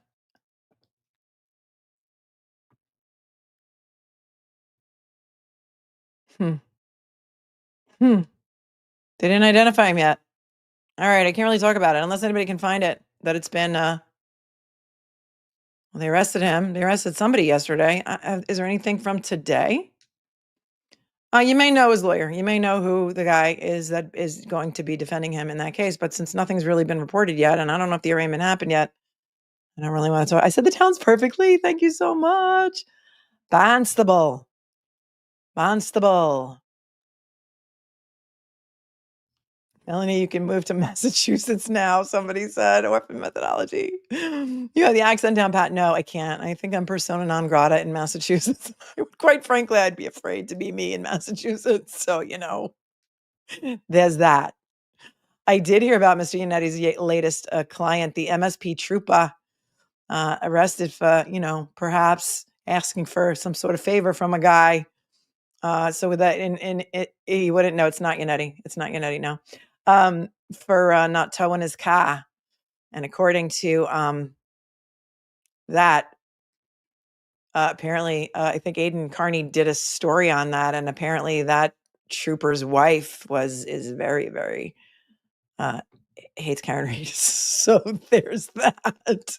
Super Trooper. We love a good musical. We do. We love a good musical here.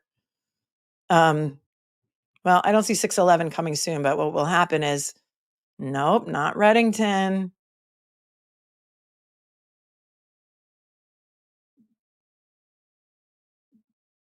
Not Reddington. Somebody who's got a cat.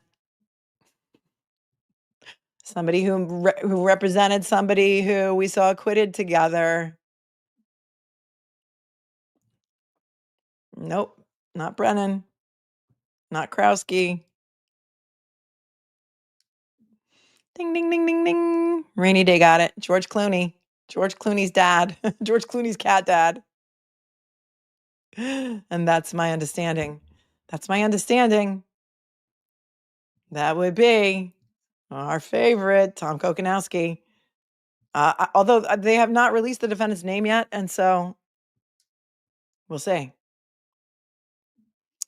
Edward says the best part of that trooper was he was going to tow the car back to MSP Barracks and not Canton PD, even though Canton PD was closer. Well, that's interesting, Edward.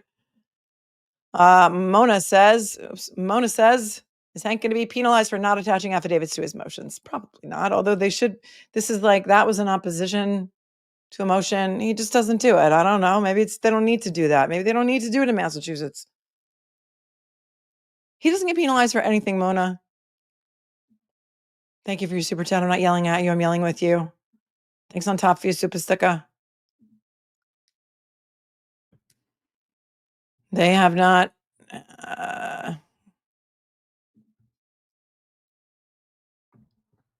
All right. Hit the subscribe button. Hit the thumbs up button, please, on your way out. I'm going to send you over to Glarer if he has figured out how to let me redirect to his stream, because he's doing a 12-hour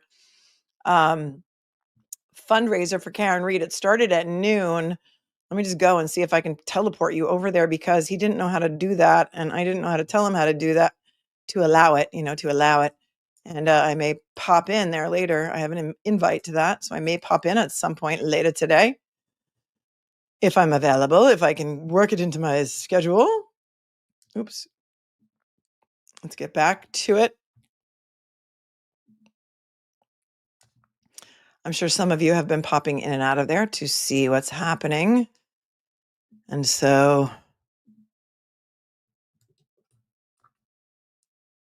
I don't know who's been on so far today. But he does not allow it. He does not allow people to redirect to his streams. And so therefore, I just can't do it. Happy St. Patty's Day. Head on over to the Glare. Support Karen Reed. Thank you to the moderators for keeping it cool and kind and classy. And thank you to all of you for being with here to me today for 3.5 hours to go over the latest shenanigans, tomfoolery, and ballyhoo. And Graphics Nut is listening to the bagpipes in the New York City parade. Oh, good. I'll turn that on now if it's available. All right. Thanks, everyone. I love you with all of my heart. If I don't see you soon, I'm going to die.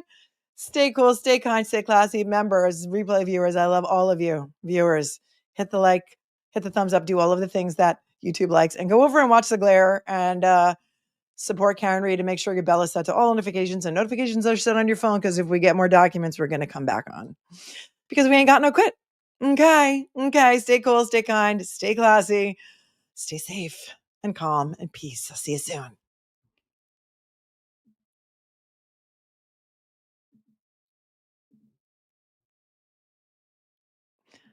One last minute super chat. Bev's belly rumbles. Your eye rolls are on point today. Thank you. Thank you very much. Appreciate you. Peace out.